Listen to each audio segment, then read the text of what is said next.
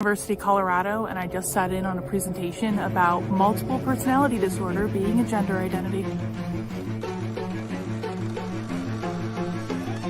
He wears his heart safety pin to his backpack. His backpack is all that he knows.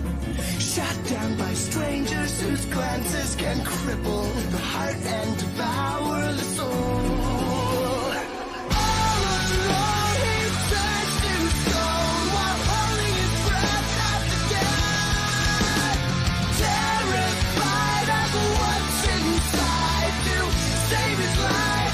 Cries like a word from a bird. Cries like a word from a bird.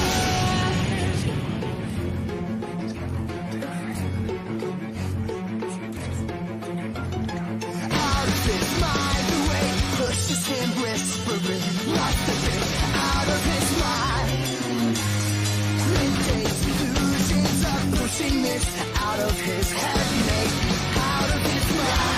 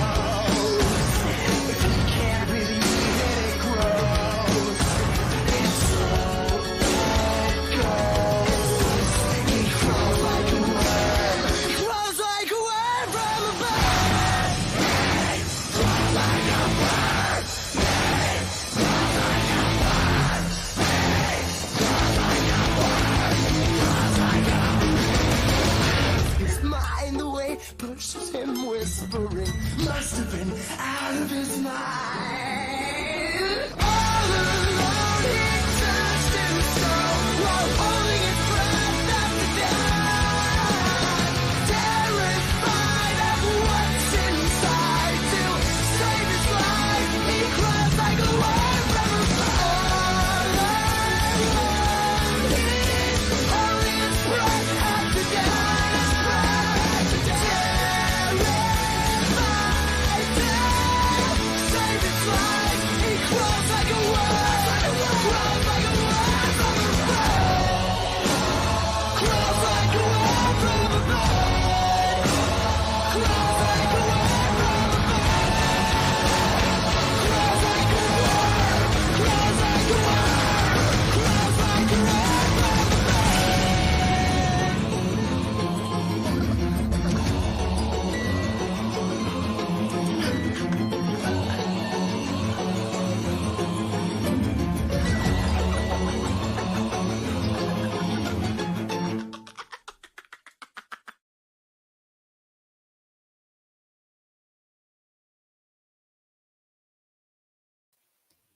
Well, hey everyone, I am back from the land of queer Marxist utopia.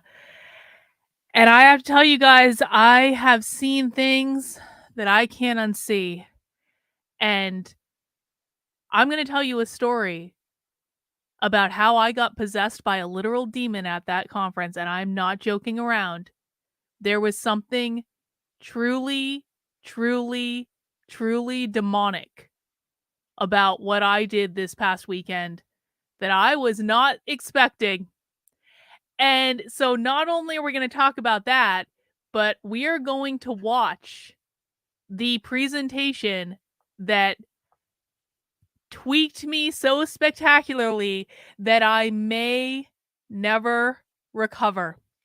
So welcome to my first episode back since I went undercover at the Transforming Gender Conference at the University of Colorado at Boulder. That is what I was doing over the weekend. And I have to do a big shout out and thank you because, well, I don't know. I don't know if I do want to thank you guys for this. I don't know. But I will say that my undercover trip out to Colorado was completely 100% crowdfunded by you guys. Remember a few months back I said, "I want you like help me crowdfund going undercover at a conference because it is expensive for me to do this stuff. I have to have airfare." I was very lucky in this case that Jennifer, who is one of our community members, Jennifer actually hosted me at her house. Jennifer came to the conference with me and went to other sessions and Jennifer performed a literal exorcism on me in the middle of downtown Boulder, which I'm going to talk about. That wasn't a joke. That actually did happen. Um, so I was very blessed to have that support, but there's still a lot of expenses that go into doing undercover stuff. I try to keep my expenses low, but you guys allowed me to do it by crowdfunding it for me, and I'm going to tell you how to support more undercover journalism as we move into this. But this is what I went to this weekend. And I'm going to be honest, I learned about this conference last year and I missed it by like a week. And so I was like, I'm definitely going to that gender conference next year. This is a taxpayer funded conference. One of the things that was so creepy about this was the entire conference was free to go to. Anyone could sign up and go for free, which and there was big spreads of food. There was all sorts of swag. You saw some of the swag I got in the intro video for that. And so the University of Colorado at Boulder is spending probably tens of thousands of dollars of taxpayer money. They were flying in speakers from all over the country. I want to FOIA how much this conference cost them because the taxpayers of Colorado are paying for this, and I just don't know what they're paying for. I don't think they know what they're paying for. Naruto says, Hawk Sounder got into it with socialists this morning and one said private property is anti-liberty. Well, duh. Like no one who watches my content is surprised about that.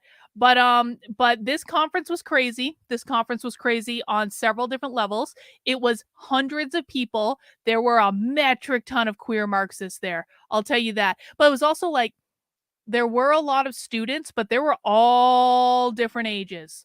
All different ages, and there was probably at least 500 of them at this conference. They spent all weekend attending sessions about trans and queer this and queer that and stuff for kids and a lot of mental health stuff. There were a lot of mental health presentations, and there was not one Gnostic sex cult.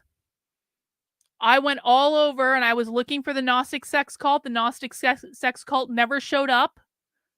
Of course, James Lindsay and Logan Lansing don't actually go to in-person events, so they don't know what happens in the real world, nor do they really care because it's all about esoteric philosophizing and all that.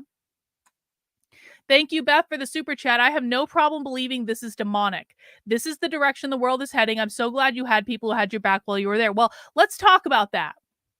Because I, over at my Substack, am beginning to release some of the recordings from the conference.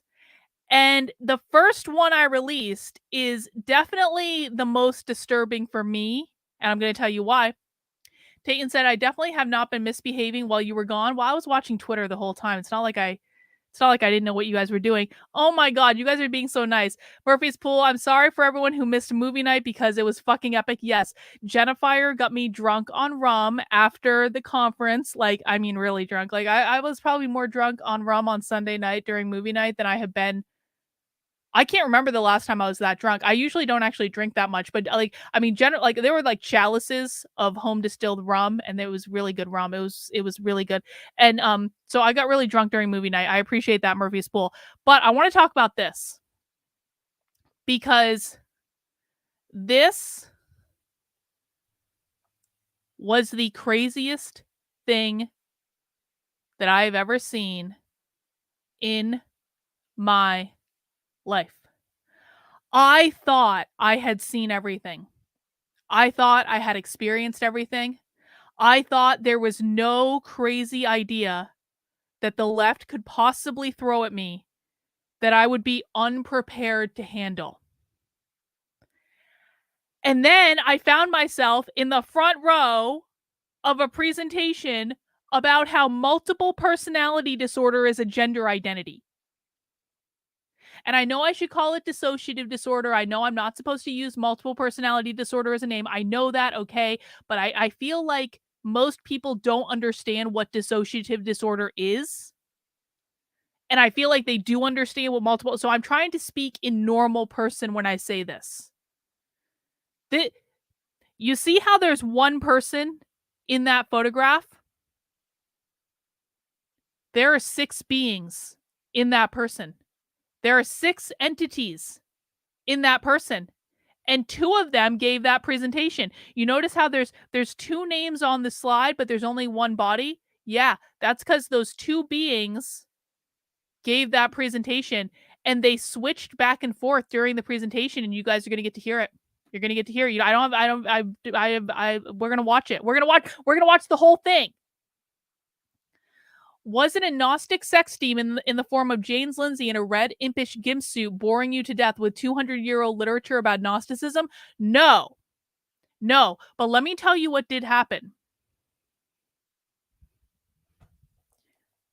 And this is serious. And listen, guys, I know that not everyone is on board with my spiritual beliefs, but I had a demonic experience at this I can't even tell you. So here's what's going on. So I'm sitting in this presentation, and again, we're gonna watch the full presentation. I've got it. I've got the whole thing edited together. I have all the slides. I have the audio. I'm going to take you all through this entire experience just in the way that I experienced it, okay? But let me tell you what happened when I was sitting in the front row of this presentation. I like, you know how the SJWs say, I'm literally shaking? I was literally shaking. And it started slowly and it just kept progressing. And my whole body started shaking and buzzing and vibrating. And I was like, I was undercover, man. I had to pretend this was all fucking normal. And then, so I thought it was just this one person that had multiple personality disorder that was giving the presentation, but then other people in the audience started speaking up and they all looked very stereotypical trans or queer or whatever. There were multiple people in the room with dissociative disorder. There were multiple people in the room who are identifying themselves as a system and talking about how their system shows up and how their system navigates being trans. I was literally surrounded by them. And so I'm like sitting there, I'm trying to keep a straight face because I was like, I'm undercover. I can't blow my cover for this. Like, I can't. Like, I have to, like, and I was waffling back and forth between like wanting to cry and wanting to shout and wanting to laugh because the whole scenario was so bizarre. And so my whole body is like, and I'm like clenching my fist and I'm just trying to stay as still as I possibly can to not explode. And then so the presentation gets over and I'm like, I need to get out of here immediately. And I ran to find Jennifer because she went to a different presentation. I was like, Jennifer, we need to leave now. Like, I need alcohol now. A system is when you have multiple entities within you. We're going to learn all about this today. And some of them are trans and some of them might not be trans and they all have different genders. And so I found Jennifer and we got in the car and we drove into downtown Boulder. Now I was like, my whole body is like literally shaking. And Jennifer, who is a witch, was looking. She's a good witch. We like her. She saved my ass on this one. I'll tell you what. Jennifer's looking at me. She's like, Carlin, you're vibrating. And I'm like, I know I'm vibrating. I don't know what's happening to me. Maria says, I'm grateful to Jennifer and that you got out safely. By the way, I checked out the rainbow circles and they get support from the Satanic Temple of Colorado. Of course they do. Well, we're going to be looking into all that stuff. So I thought that if we just walked around a little bit and maybe I got something to eat, like some comfort food or some sugar or something, I thought everything would calm down rather quickly. I have never experienced energy like this before in my life. And I've experienced energy on like many, many different times. Like, but so we were walking around and I'm like, I'm teed up and I cannot focus on anything. Like I could not even make, I truly, my head was like racing constantly. I'm like, what the fuck is even happening right now? So Jennifer and I sit down to lunch. We get some food. I'm sitting there basically looking like this the entire time. Like, I know that I looked crazy. I know, like, I was doing the crazy eyes. I was like, my whole body was still shaking. Jennifer's like, okay, Carla, we're going to go get some sugar now. And so we had lunch. Lunch didn't calm me down. We went and got sugar. That didn't calm me down. And then we just started walking like around downtown Boulder. And it was the weirdest thing too. And I'll tell you why it was weird in a second. Rottweiler says, I believe in demons from the perspective of Alan Kardec, spiritism, parapsychology, even though I would need to see firsthand. I believe you. Stay safe. Well, here's what happened though. Thank you, Rottweiler, for that. So as Jennifer and I are walking through the middle of like downtown Boulder, these crazy people start becoming attracted to me. And Jennifer again is like a witch. Jennifer was like walking behind me and she was like doing some witchy thing where she saw a crazy person coming towards me. She would like do like a burst of energy to like try to shoot them off in the other direction. That was working. But like they were being attracted to my crazy chaotic energy because that's how bad it was. And finally, Jennifer, like we find some like out of the way, like spiritual location, and she saw a giant rock in the ground. She's like, Carlin, bend over and hang on to that rock right now. And so like she had me like grab onto a rock and like grab onto it for dear life, and she starts doing like reiki on my back and like rubbing my back. And what she did was, and I felt this happen, I know that people might not believe me, but I felt this happen. Jennifer pushed all of the energy, all of this crazy chaotic energy down to my feet. And I felt like so it all kind of drained into my feet. And I felt like my feet were like buzzing. And I was like, what the fuck is going on with my feet? And she's like, Carlin, just breathe. You need to breathe. You need to breathe this energy into the ground right now. And so she basically just kept like doing her thing on my back. And like I just kept breathing like in and out, really deep breaths. And I finally like pushed the energy into the ground. And then I started to feel normal again. I know that's a crazy story, but that's what happened to me after sitting in this presentation. I have never felt anything like it. I'm 100% serious. There was something completely effed up about all this. And even last night, when I was editing this together and I had to relive this entire presentation, it started getting to me again. And I don't know how I'm going to feel watching this with you guys. I don't know how you guys are going to feel watching it. But if I have to suffer, you do too. So I got possessed by a demon over the weekend. I got an exorcism. And then I drank a lot of rum, and then I came home, and now I'm sharing with you guys what happened. And we're going to watch this entire presentation today. And so you guys are going to get to experience exactly what I did. But just remember, I was sitting in the room and you guys are watching it on the internet. So it might be a little bit different for you. So yep, I got the whole thing recorded. So what this is, I have audio recording, but then I have pictures of the entire slides. So you're going to see everything that I saw. It's not video, but you're going to hear the audio recording, and I've got all of the slides. So you can see exactly what I can see, and you can judge for yourself what you guys think about this, because it's crazy. Beth says, I don't believe even unbridled sex could have helped at that time. No, there was no way I could have had sex. I'll tell you that. That was not sexual energy. No.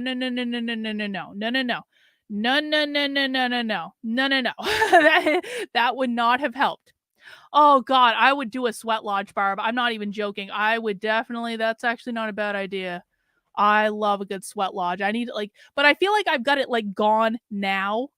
And I mean, the big lesson to me is like my energy was just way too open at this thing. Like I need to do a better job of shielding. That was my fault. That's my responsibility. But that was crazy. And then I drank a lot of rum. I did. I drank a lot of rum that night. I did. Yes, they are literally filled with demon energy. I'm not joking about that. Okay. This is like next level. Anyway, we are going to watch this presentation today, guys, and you're going to get to go through the pain just like I went through the pain. And so I hope you're here for it. It's going to be a fun ride. Rottweiler says, doesn't sound like a possession, though, more like an influence border. No. What? Okay, so I'm being a little bit liberal when I say possession. I am being liberal. I'm kind of joking. I'm making light of a situation. But Rottweiler, no, this was not an influence. That's not what this was. This was an energy that took over my entire goddamn body to the point where I was not in control of everything. That's very real. I was feezed up in a way that I cannot remember any other time in my life that I have been that feezed up. And Jennifer can attest to all this. You can ask her, because she was looking at me. She was like, you are vibrating right now. It got into my my Pneumite necklace that I wear, because I always wear when I'm traveling a Pneumite necklace for protection and for grounding. And like it got into that. It was I have never we'll maybe ask Jennifer more sometime about this, how she experienced it, but this was not an influence. This was in my body, and it had to be excised out of me. So I might be saying possession a little bit too liberally, but anyway, I do want to make sure people know that this work is funded completely by you. And so if you want to help me go to stuff like this in the future and possibly get possessed by another demon, please head over to the Substack, which is Carlin, Karlyn .substack.com, and sign up as a supporter of my work for $8 a month, $80 a year. I do, demonic possession aside, I do actually want to do more undercover journalism, and the only way that I'm going to be able to do more undercover journalism is if we have more supporters on the Substack. There is a number that I would like to hit that's going to make it very easy for me to do more undercover journalism, but I need this to be entirely grassroots funded by you guys. If you are not yet a supporter on the Substack, please head over to Carlyn, Karlyn.substack.com, sign up for $8 a month, $80 a year, and that way we'll get to do a lot more of this fun stuff, and you might get to hear about me having other demonic possessions in the future. We'll have to see about that. Well, yeah, I actually just spoke to Joshua about this earlier, and we're going to talk about it on Nothing Remotely Controversial tonight. So don't worry about that. You guys are going to get to hear Joshua's take on that. This reminds me of Mark 5:10 from the Bible, and Jesus asked him, a demon-possessed man, "What is your name?" And he answered, "My name is Legion, for we are many." Truth, bro. Truth, truth, truth, truth. So that's the way you guys can help me out, is by becoming supporters on the Substack. I really do appreciate it. Another way to fund the work I'm doing is by heading over to the Unwoke Art store, which is unwokeart.com, picking up some rad swag, including for a couple more days, the Make McCarthyism Great Again design. We've also got the Unwoke Wiki design. We got the 4 goals. This is like the 4 goals of the woke left design. I mean, could this be more perfect? Grandma Nay actually sent me a picture. Grandma Nay got this hoodie. And the hoodie looked great, Grandma Nay. Grandma Nay got the 4 goals of the woke left hoodie. I'm going to get myself one of these. It looked awesome. And so you guys can pick that up in the Unwoke Art store. Lots of great stuff. I might even do my own demon. I might have to do like some sort of demon possession design or something. And all purchases in the store do go to fund the work I'm doing. And I do really appreciate it. We should do a prayer circle for protection. That, you know what? That would actually be really nice. If you guys could just pray for me when I put myself in the realm of like being actually possessed by a demon in order to get undercover journalism for you guys, that would be really great. If you could do a prayer circle for me, I appreciate it. But guys, let's dig into the main show, because I do want you guys to experience this like I experienced it. And I wasn't sure I was going to do this, but I'm going to show you guys the full presentation and we're going to talk about it. We are going to talk about it. Brooklyn, you had an entity attachment that was fighting to attach because you're divinely protected. It lost. Yeah, that honestly feels more accurate to me. Brooklyn, it that feels more accurate to my lived experience of that situation. But like, lesson learned, man, like I need to do a better job of grounding and shielding. There was some other energy stuff that happened this weekend that like I obviously was not grounded and shielded, and like so I thought I was doing that automatically, but I clearly wasn't. And so I ain't opened the door to that stuff. I know not everyone believes that stuff like I do and that you do, but I will it's one of those circumstances that it's like anytime I've been like, do you really believe all this crazy energy stuff, Carlin? Because sometimes it gets a little crazy. Like the experience I had over this weekend, yo, I will never doubt again. Never, never, never, never, never, never, never, never, never, never, never, never. All right. So what we're going to do is we're going to watch the full presentation from, and actually at the end of this, you guys can actually hear me feezing out a little bit at the end. So I'll play that at the end. Kevin Smith, new follower here. I came from the Adam Green camp. I've actually gotten more followers from the Adam Green stuff than I suspected based on the way the chat went. So welcome, Kevin. I'm one of the good ones, though. I'm not one of the vicious ones. Well, we appreciate you. Only good ones are allowed here. We have rules. Welcome. You picked a hell of a day to join us, bro. You picked. This is going to be some of the most fucked up shit you've ever seen in your life.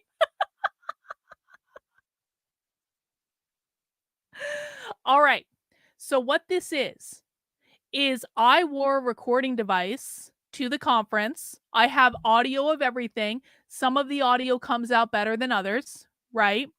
But I've got pretty good audio for this presentation. Now, I also took pictures of all of the slides during the presentation.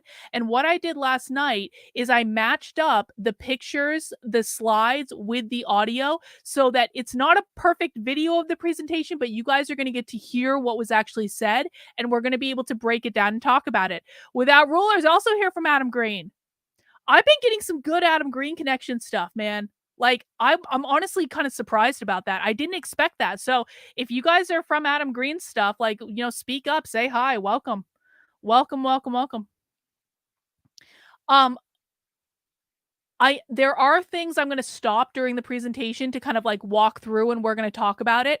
I hope that the audio comes through well enough for you guys. I'm going to have the captions on. You're going to hear some buzzing every once in a while because hidden recording devices are not necessarily the best thing in the world. So we're just going to have to work our way through it. But I think you guys are going to, we're going to work our way through this, and we're going to do the best we can. All right. If you would like to see the craziest presentation that I've ever seen in my life, please go ahead, guys, and mount the like button for me. Whether you are watching on YouTube or on Rumble, please make sure you're mounting the like button. If you don't feel comfortable mounting that like button because maybe that's just a little bit too intimate to you, you can give the like button a high five. You can give the like button a kiss on the cheek. You can shake hands with the like button, put your arm around the like button. I don't really care what you do to the like button. Just do something to the like button to let YouTube know specifically to recommend my content, because I'm massively shadow banned on YouTube, and that's just the way it goes. Please make sure you are subscribed on whatever platform you're watching on. And thank you for allowing me to introduce you to the craziest thing I have ever seen in my life. Energy heal that like button. Yes, that's a good one. That's a good one.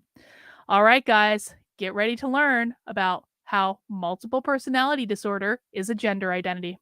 Yeah, my name is Jacob Lester. I am part of a system of 6. My bedmate, Aiden Parrish, also helped a lot with this, and they sort of have their own part of this presentation. But yes, I am Jacob. Pronouns, it's, but he had worked. Pronouns, it's. How is the audio coming through? Is that okay for you guys? Let me know. I just played a little bit. And just be prepared. This is not what Jacob looks like. You might think you're looking at Jacob right now. Pronouns it's. But this is not what Jacob actually looks like.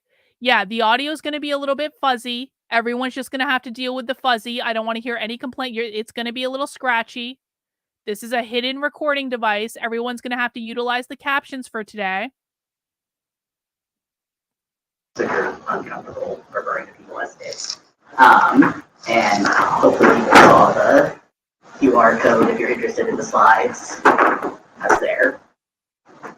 So about us, we are PhD students here at C. Boulder, and just at the end of our dissertation process, should have been in August. Okay, I hear people saying it could be louder. It actually can't be louder, because if I turn it up, it's going to start tweaking and it's going to get really awful to listen to. So what I'm going to do is I'm going to turn my mic volume down. I'm turning my microphone volume down, and I need everyone to work together and turn up the audio on your own computer, okay? That's what everyone needs to do. But I tried doubling the audio in the in YouTube, and it doesn't sound good.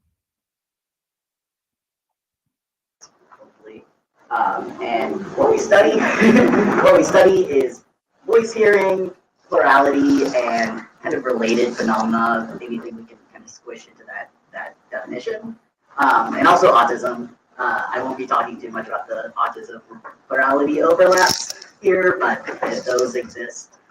Yes. If anyone hasn't figured this out yet, both presenters are in the picture. Both Aiden and Jacob are in the picture right now because they share a body. We can talk about those later potentially. We've also participated in plural communities for approximately 13 years. We've been plural all our lives, but when we first discovered the word, I don't think it wasn't really plural back then. It was more multiple. But yes, we've been here for a while. So we're familiar with this sort of topic, both from a research perspective and a lived experience perspective, and that is where a lot of this information is coming from. The goals for this presentation is firstly to become familiar with some basic plural terminology and concepts. I'm not expecting any sort of prior knowledge of what I'm even talking about, so I want to get everyone on the same page first. Then really the focus is going to be how to understand these connections with trans experiences and trans activism, especially. Oh, hang on. Azurwing. They referred to themselves as we or our through the entire presentation. So it was we did this, we did that, our system, our body. So you're going to hear them call them, it's not, so what it is the individual entities within the body all have different names, all have different pronouns, and they perceive themselves to be separate and distinct while sharing one body. So they refer to themselves as we or our. O-U-R. And finally, to learn to be allies with the plural systems in your communities. Because if you are part of a community, they almost certainly exist, whether you know that or not. And a good way is to be an ally. This is one of the symbols for plurality. Well, no. Don't do this typical conservative bullshit thing. Don't do this. Dissociative disorder is not a result of needing attention. Dissociative disorder is not a result of like narcissism. Dissociative disorder is actually a serious thing, and everyday therapists can probably speak to this because I know that everyday therapists in the chat has actually treated people with dissociative disorder. Dissociative disorder develops as a result of severe childhood trauma. This is not about we just want attention. That's not what this is. This is a serious thing. This is a serious mental illness. This is something that requires therapy. It is a sad thing. It's a sad thing to have a person like that this has happened to. But what this presentation is going to argue is that we need to normalize dissociative disorder. And they say this later in the presentation that they want to disrupt singlet normativity. They want to normalize this. That's not cool. Oh no, not only are the personalities aware of each other, apparently they have entire conversations and sometimes get in fights. You'll hear.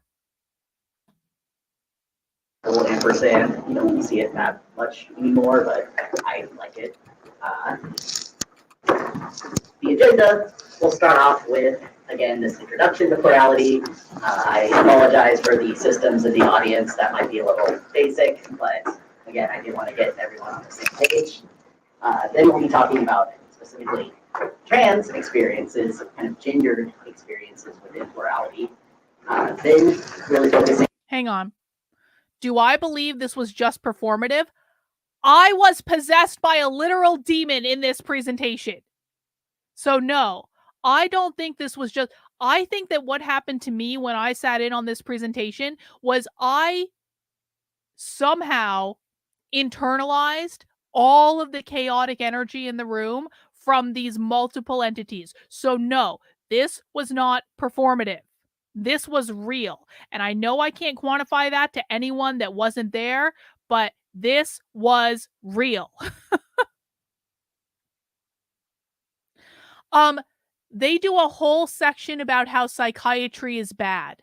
They do not, so they're not getting their PhD in the psychology or the psychiatry department at the University of Colorado, they're getting their PhD in the anthropology department because they understand this. And I know that because I went up and asked him after the presentation. And you'll hear that. We had a whole conversation about this. So no, they hate psychiatry, they hate psychology, they think it's all bad. They think it does not allow them to normalize having a dissociative disorder. They're going to talk about this.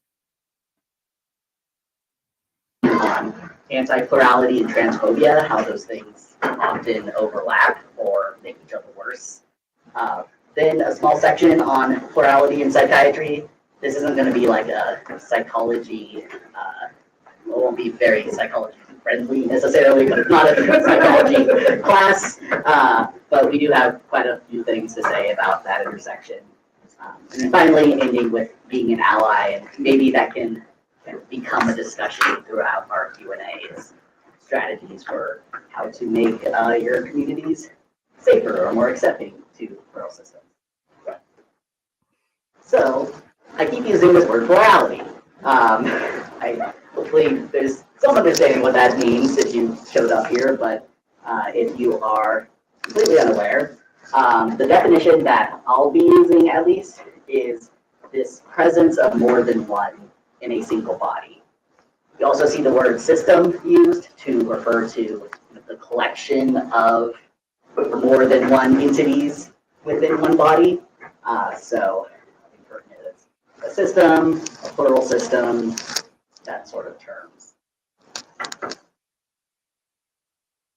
That is a very broad definition. So it is because it covers a lot of broad experiences, and I don't want to. So I want to just pause and emphasize the definition that they're working up for what it means to be plural, which is that you can have more than one person inside of your body, but it can also be different facets of yourself, different aspects of yourself. And guys, I hate to break it to you, every single person has different aspects of themselves that exist simultaneously in our being. Like sometimes I'm like the nicest person in the world. Sometimes I'm a narcissistic bitch. We all have things like that where sometimes we're light and sometimes we're dark, or sometimes we can behave more masculinely or sometimes we can behave more femininely. They're trying to expand the definition of what it means to be plural to include just different parts of yourself, which is kind of effed up. Using words that not everyone necessarily identifies with, but it's almost the case that each system will identify with different terminology. So that might mean more than one person in a single body. Well, more than one. This is exactly the problem. They're trying to mainstream this. Part of a person in a single body. More than one facet, so like a side of a person. Some people choose to identify themselves more that way. More than one self, you'll hear a lot. Or just broadly more than one entity. That's kind of the most generic term I was kind of using. I will probably end up defaulting to person just because that's how we identify ourselves and kind of what we're most familiar with. But as I'll talk about, there are definitely systems that they don't necessarily identify as separate people in one body. It's more parts of a person or facets of a person, but we still want to consider that plural. So what that actually looks like might include more than one felt or internal physical appearance associated with these different people or parts or entities. More than one range of skills, skill sets, things that you might be better at. Not all of the entities are human. And you're going to see evidence of, they're going to talk about this. The entity that's talking to us right now, whose name is Jacob, pronouns it, its. Jacob does not consider itself to be a human. Jacob considers itself to be a fictional character with a tail.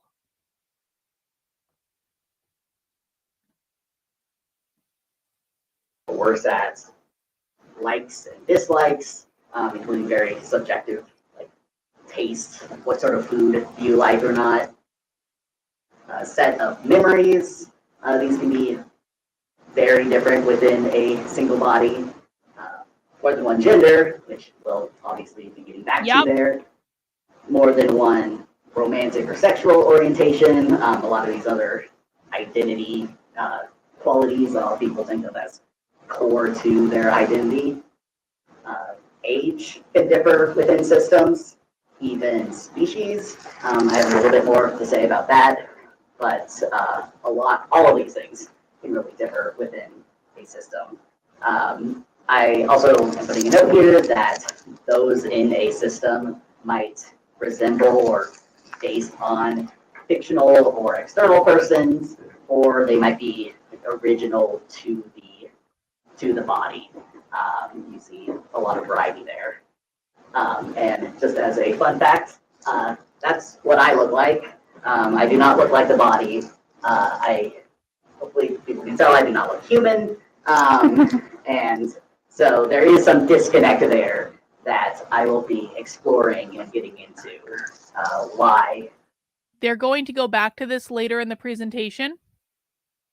But this is what Jacob, who is speaking right now, thinks they look like. With long hair and a tail. And this has been drawn by Aiden, who is one of the other entities in the presentation, because Jacob doesn't draw, Aiden draws. Why I look like that versus this body looking like this. And again, gender is going to be a big one here. What does it mean when you have multiple people in a body that identify with different genders, or multiple parts in a body that might share? And again, this is, God damn it. Do you think that I believe that you take this seriously when you come into my chat and you say, they just need attention? It is people like you that are allowing these people to win because you don't take this seriously. This is not about needing attention. This is a mental health disorder as the result of severe childhood trauma. Like, people like, I'm sorry, bro. Like, this doesn't make you a hero in my eyes. This makes you an asshole. Gender qualities or not, it all gets very complicated. Just some other terminology that's useful. They're arguing that we are all on the spectrum of being plural. And most of us are going to be a singlet, which is one person in one body with one mind. But there is an entire spectrum of plurality, just like there is an entire spectrum of gender. And this is like what they're talking about when they say gender fluid, where some days you can be a boy, some days you can be a girl, some days you can be in between, sometimes you might just be out of the binary entirely. You can think of plurality, or it has been presented a lot of the time as a spectrum, and like a lot of spectra, it is. Hang on, I got a super chat from Rottweiler. Misdiagnosing and pathologize these people is counterproductive at best, dangerous at worst. This person could be giving therapy to your kids. That's real, guys. I have covered quite a few queer therapists. It's something I'm really going to be digging into a bunch this year. This person is not getting a PhD in psychology, but people like this person are. And they're treating your kids.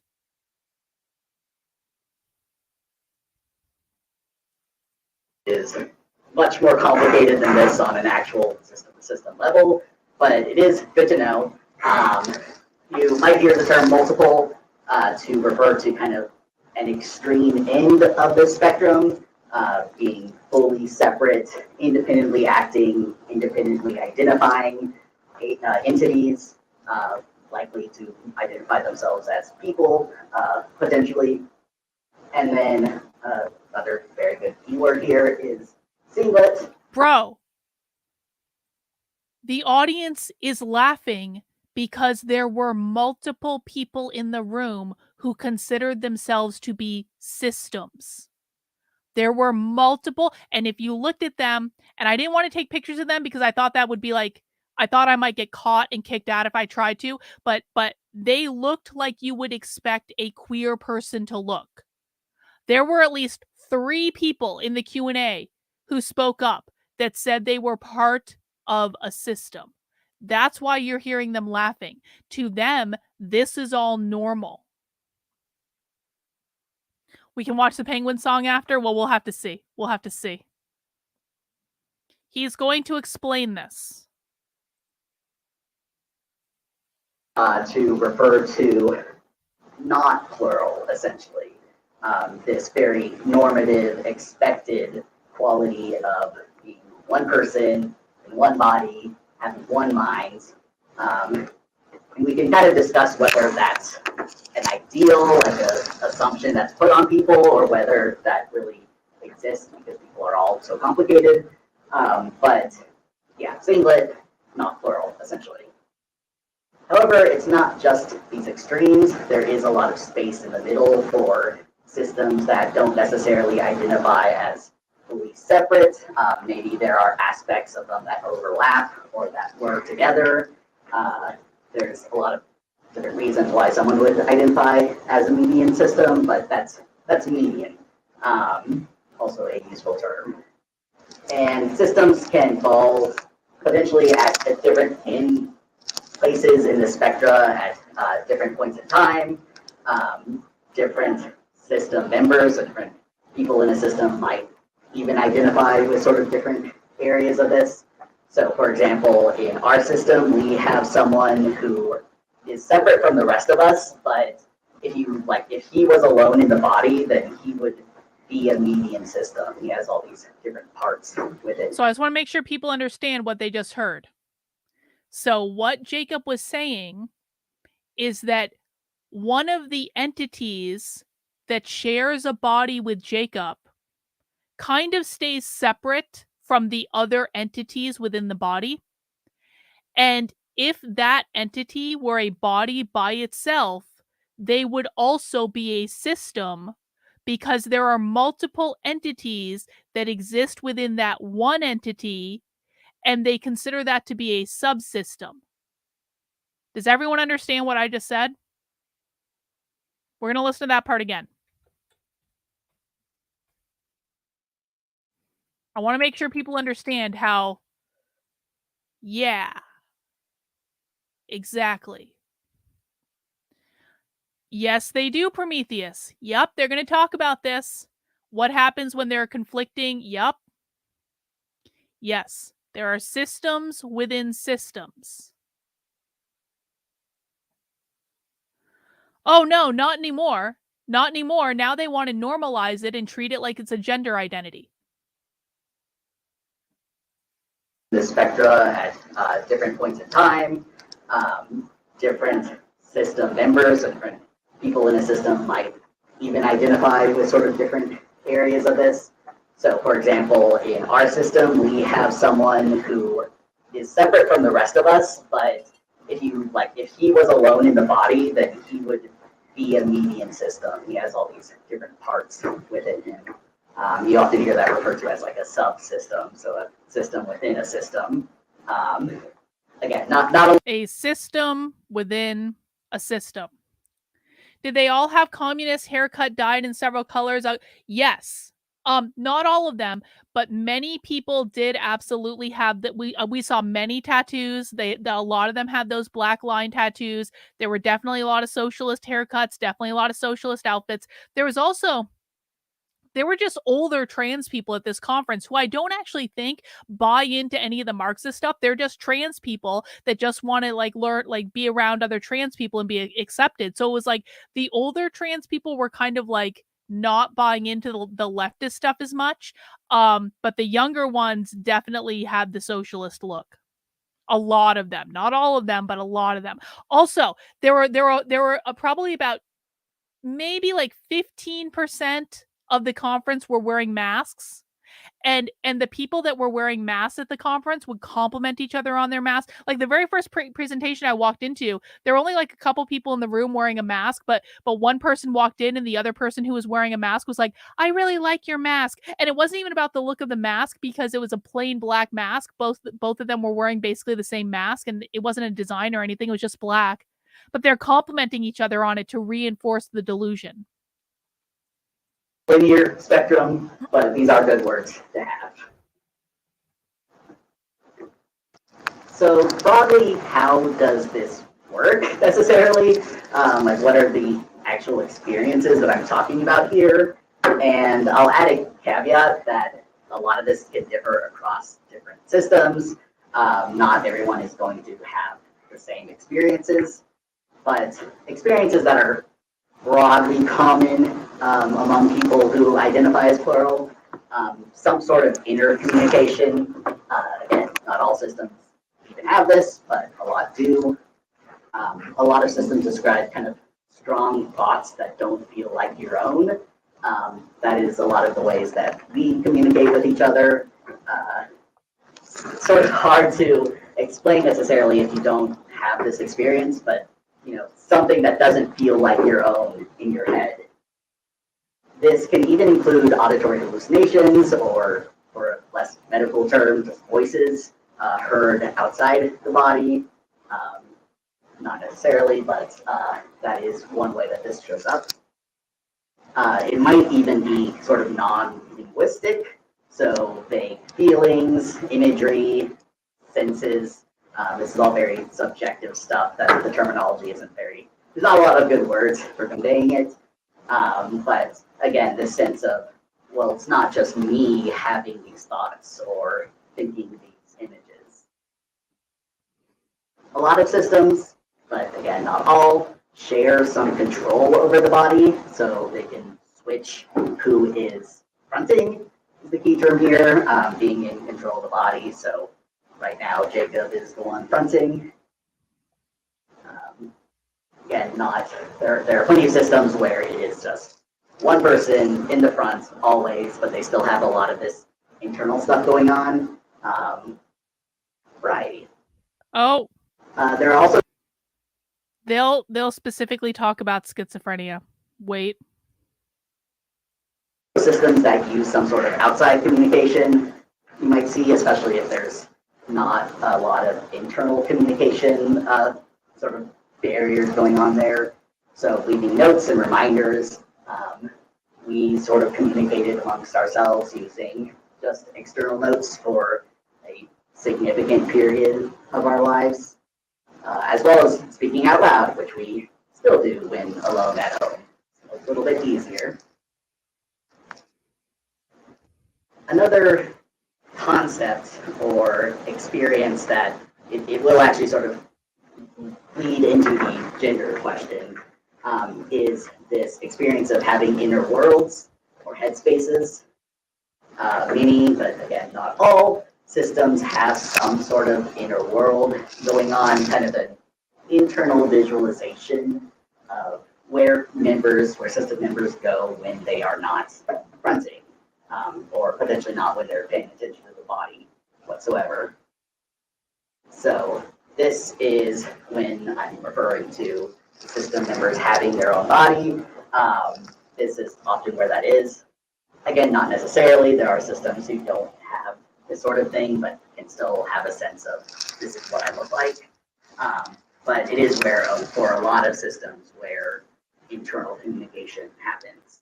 Hang on. Oh, shit. Hi, Fuck. I'm Gen. And God damn it. I screwed that up. Yeah, my name is Jacob Lester. Can someone tell me, can someone rewind a little bit and tell me what the timestamp was that I screwed that up on? I'll be able to find it, but I apologize. I hit the wrong button because I was trying to hit this. So systems is a gender. Nope, that's not what I said. We need to listen and we need to just pay attention. Like trans or non-binary, like this person identifies as a system. The thing that's the gender identity, and there is, thank you, 1327, thank you, appreciate it. The thing that is the gender identity, and they will get into this, is the cumulative gender of all of the entities within the system, and it's called system gender, and they have a flag. And you're going to see this. Okay, 1327. Thank you. Almost put a picture here from the movie Inside Out. That's a pretty. Systems have different opinions about that movie, but I think it works if you kind of consider it a metaphor for a lot of experiences. But I decided not to, so this is just a picture of our own headspace. It's pretty large, like a lighthouse in a forest and all this sort of thing.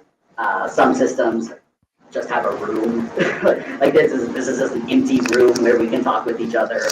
Other systems have like entire worlds going on. There's a lot of diversity there. So, what does it mean for a system to have more than one gender? And what does that actually look like from kind of this trans perspective? It is extremely common for systems to have members of multiple genders. There aren't a lot of good studies about this. Most people don't think to ask, but there was one that I'm thinking of in like the 80s. No, this is not accurate. They are not conceptualizing systems like a soul. What they are saying is there are multiple entities living in the body that have their own names, that have their own personalities, that have their own ways of being, and some of those might be trans, and you're going to see, but this is not like having a soul. They are saying there are separate and distinct entities within the body. Okay, Gayla, we can't solve your computer. I'm sorry, Gayla. We can't solve your computer problem. I don't know what to say. I'm sorry. Looking at specifically those diagnosed with dissociative identity disorder, so this very medicalized perspective. But this study showed that about 80% of the systems that they were talking to had a system member of, had system members of multiple genders. So did you guys hear that? They said that like 80% of the people there, I think they said 80% of people who are a system have system members of multiple genders. So the argument that they're trying to make is if a person is a system, then they're probably also trans. Listen again. Specifically those diagnosed with dissociative identity disorder, so this very medicalized perspective. But this study showed that about 80% of the systems that they were talking to had a system member of, had system members of multiple genders. So this can play out in a lot of different ways. For some systems, that might not necessarily impact kind of their overall identity. Basically, I don't want to say that just because there are multiple genders in a system, that doesn't necessarily mean that they'll identify as trans or take any steps or want to transition. But there are a lot of systems who do identify as trans. I think a recent survey done within the plural community showed about 25% identified collectively with some trans or gender nonconforming label. So it is a significant amount. That also means that the individual system member that we're talking about also might not identify as transgender. So for example, we have actually kind of a lot of our system, we realized this earlier, don't really identify with the body necessarily or its history. And so they identify as cisgender men, basically, because... So I want to make sure people understand what Jacob is saying. Jacob is saying, Jacob, which you're going to hear Jacob say in a second, the body that Jacob has was assigned female at birth. Obviously, Jacob no longer looks female, so you know something has happened. And Jacob is saying that there is not one entity within Jacob's system that currently identifies as female, and that most of the entities within Jacob's system identify as cisgendered men who do not relate at all to the body that they are in. Yes, the first picture, there's only one presenter for this entire thing, and we've already seen them. You're going to see them again, don't worry. But I just want to make sure people hear that.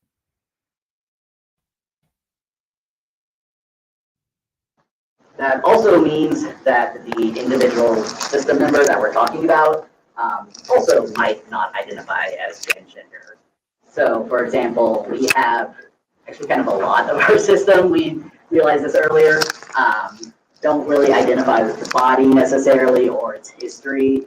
And so they identify as cisgender men, basically, because it's not my body, not my problem. That's not part of my identity, basically. Even though the body was assigned female at birth, and there are those of us who do identify as transmasculine within it. Another issue that sort of comes up within plural genders, essentially having more than one gender in a body can get complicated. Especially if we're talking about median systems, this middle of the spectrum where you're not necessarily super distinct, gender can actually become very difficult to figure out.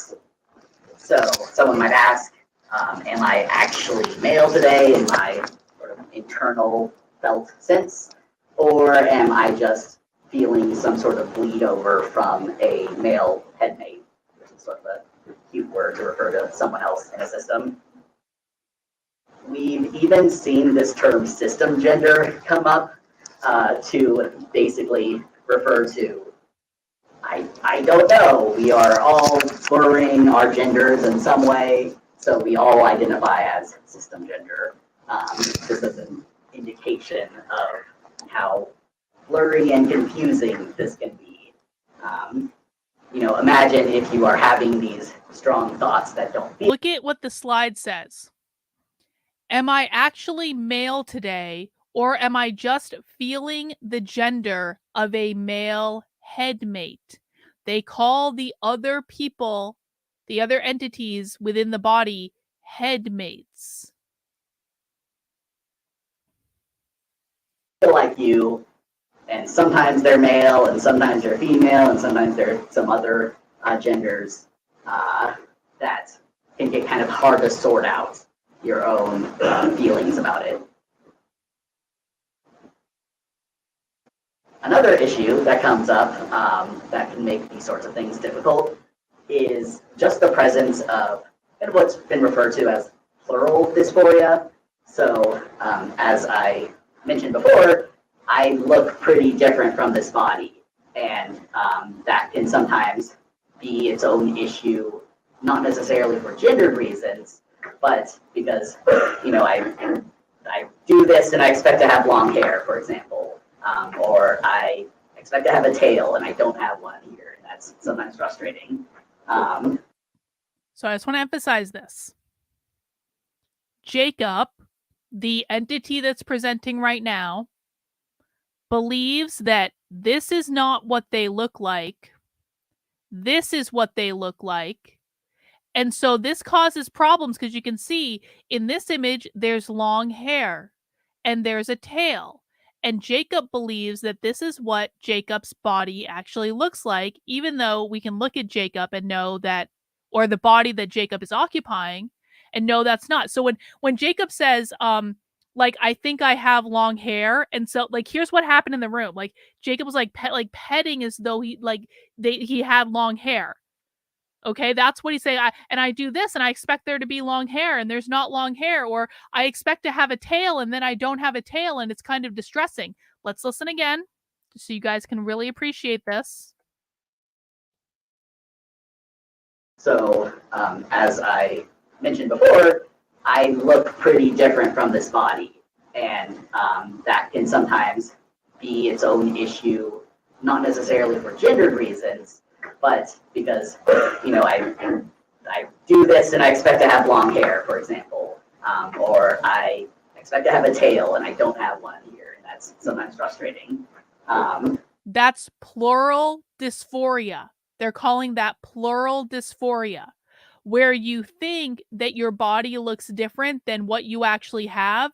And so it's distressing when you're occupying the body or fronting the body and it doesn't look like what you think you look like.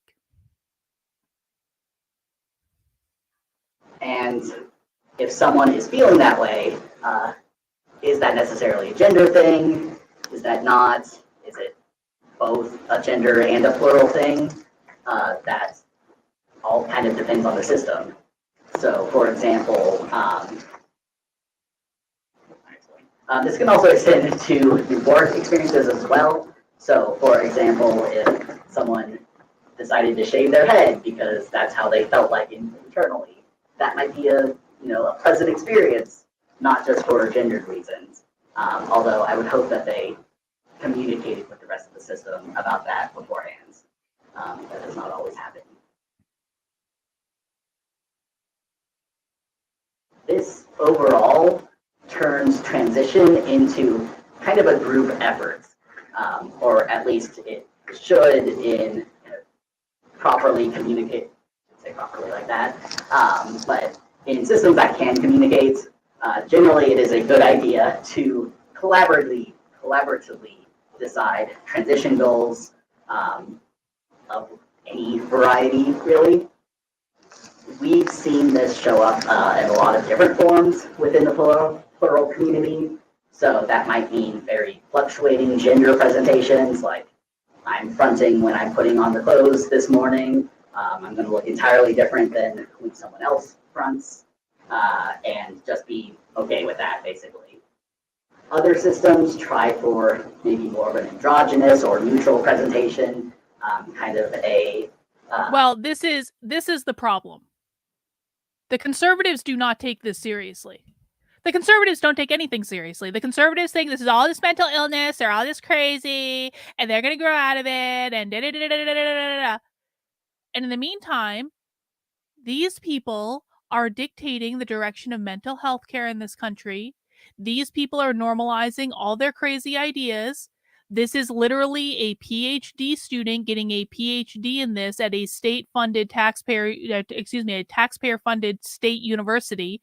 This is the University of Colorado is taxpayer funded. But conservatives don't take any of this seriously.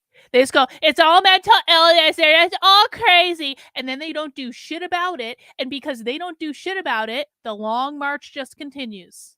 And it just gets crazier and crazier and crazier and crazier and crazier.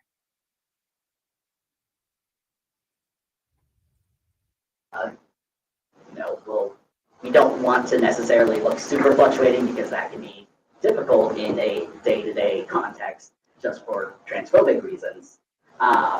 So you might go for something more neutral. Something else, a lot of systems discuss having kind of a singlet front or a mask of some sort that everyone decides to imitate, regardless of necessarily their own feelings. We've heard the word singlet-sona there to kind of echo a persona that you're putting on. And really something that we will keep saying quite a lot. Hey, I just want to do a big shout out to the 850 people watching on Twitter right now. Proof positive that my YouTube account is and has been shadow banned for years because I can't get my stream to be served to anyone on YouTube. But we've got 850 people watching on Twitter right now, or X, the platform formerly known as Twitter. So I appreciate you guys. Please make sure you follow along. I do stream on YouTube, on X, and on Rumble Monday through Friday at 5 p.m. On Saturdays, we do Socialism Saturday at 6 p.m. And so please make sure you're following along. And maybe now that Twitter is actually serving my damn content, which YouTube hasn't been serving for years, maybe we can actually get some more people taking this stuff seriously. is that it is really up to the system to decide where, what presentations they might want, what transition goals they might want. And that hasn't historically necessarily been the case. A lot of systems have had that sort of right to decide taken away from them, specifically for being plural. And we'll get into that shortly with the discussion on psychiatry. But I want to talk a little bit about transphobia and anti-plurality kind of as interlocking sentiments a lot of the time. Hang on. Now we're getting into the anti-plurality / transphobia part of the presentation. Conservatives are busier rallying behind Matt Walsh's attempt to bring the satanic panic against video games and anime again. Don't mind the Marxists. Oh yeah, well, always trust the conservative influencers to steer their audience in exactly the wrong direction. And just a brief warning here about transphobia, especially transmisogyny, and again, this anti-plural sentiment. So, sort of negative things for the next few slides. So, here's a game that I want us all to play.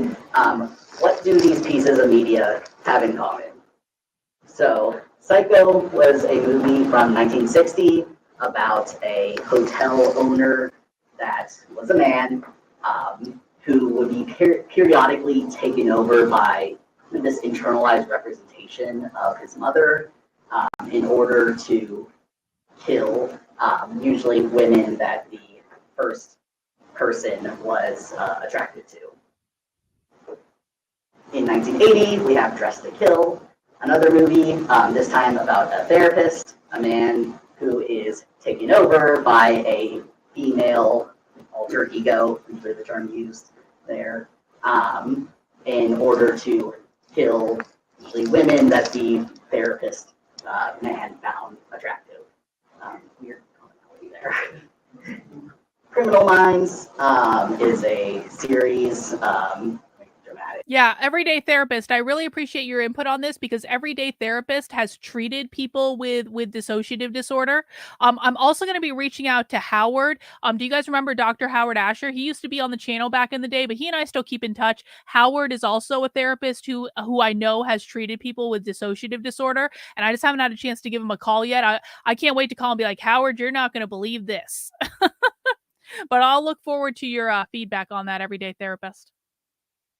And in 2008, they had a episode about a man who would be periodically taken over by this female alter ego in order to kill usually men at that time. And then in 2017, we have Split, which is has a few more system members than just this sort of male-female duo. Describes a system with a bunch of different gender presentations, but it is still noteworthy to us that the head and the top person who decided a lot of that we're going to kidnap these young women and be evil and do that sort of thing is a woman system member. So even we have years apart, we have this pattern of not only are systems dangerous, you might have this hidden personality that might go out and attack people, but it is specifically this pattern of what we might think of as trans feminine system members in bodies that are assigned male at birth, or at least are portrayed by actors who are cis men in all these cases. Yeah. So the movies are saying that in order for women to kill, they have to have an assigned male at birth. I think it's especially about this presumed danger of trans women specifically. It would be a different story if there was, like, if there are stories out there of just like cisgender female murderers in movies. I don't know how often that happens, but it does happen. But in these specific cases, it is really this intersection of systems are dangerous, they're unreliable, they might have this secret. No, this is not his argument. We don't make shit up here. That's not his argument at all. You've been watching long enough to know better. Come on, bro. Come on. Yeah. Has anyone spotted the Gnostic sex cult yet? Because remember, according to James Lindsay and Logan Lansing, this is just a Gnostic sex cult. Has anyone spotted the Gnostics yet? No, no one has, because they don't exist. Because Logan Lansing and James Lindsay made it up. Tayton, I actually do feel bad for these people because they don't realize capitalism is what allows us to thrive. But when we reach communism, only stability matters to the state. It's really unfortunate. I mean, there are many reasons I feel bad for these people. This is not one of them currently, but I appreciate that, Tayton. Personality that will come out and kill people, and then this, it really intersects well with this idea that trans women are dangerous and unstable and all these other negative ideas. It probably goes without saying, especially in this context, that both plural systems and trans women are more likely to be victims of any sort of violence. I just want to put that out there. This is just a very powerful narrative that you see over and over in a lot of these movies. There are some other kind of just unfortunate patterns in media representation that you see across both systems and trans individuals. No. We see this very little. No. Please stop with the conservative bullshit. Please. This is not cluster B disorder. This is a specific personality disorder that they are now trying to normalize. It has nothing to do with cluster B at all. I know you guys love your fucking buzzwords and you don't like to listen. You just like to repeat your buzzwords over and over and over again. But this is not that.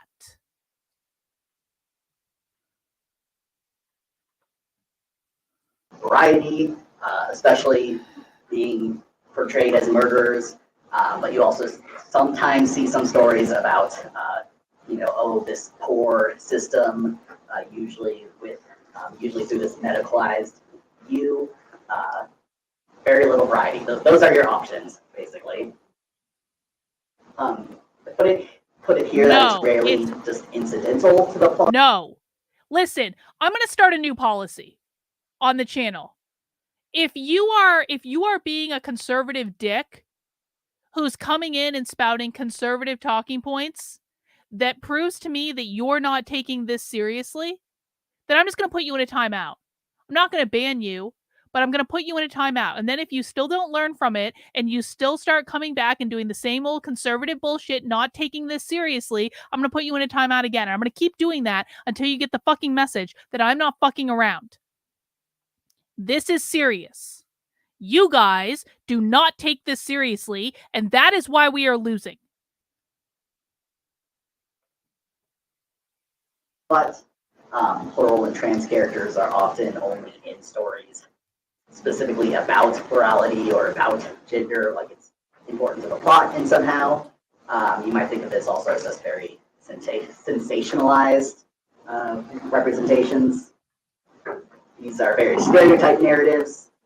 Trans and gender non-conforming characters usually transition in some way, like that sort of, if you're going to write like the trans story, it's probably going to be about transition. Most stories about systems have them either fuse together to one person, create the singlet, the healthy singlet, or they just kind of disappear from the narrative a lot of the time, are killed in some way. And broadly for both groups, I would say that there's this need for diverse storytellers, not just having systems and trans people do tell their own stories, but there's often there's very little racial diversity in how systems and a lot of people are represented. And we can agree that there's some shared need there.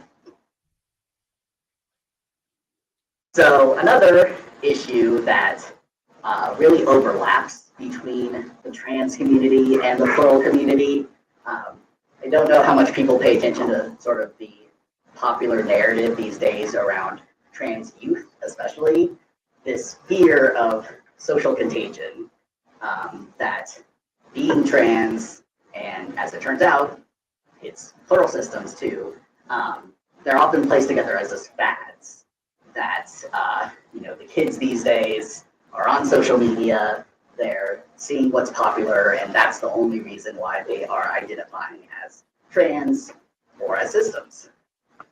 And you see really similar language around both. So, this idea of young people, and usually it's going to be gendered, these young girls are just copying friends and popular figures on social media. And I have some specific examples of that from, it doesn't take very much to just look through any news article about the disorders that kids are claiming on social media these days. So this one reads, even recently, social media sites like Tumblr, Instagram, and TikTok have been seen as vectors for the social transmission of various conditions, including dissociative identity disorders, so plurality there, Tourette syndrome, anxiety disorders, depression, autism, ADHD, and gender identity issues.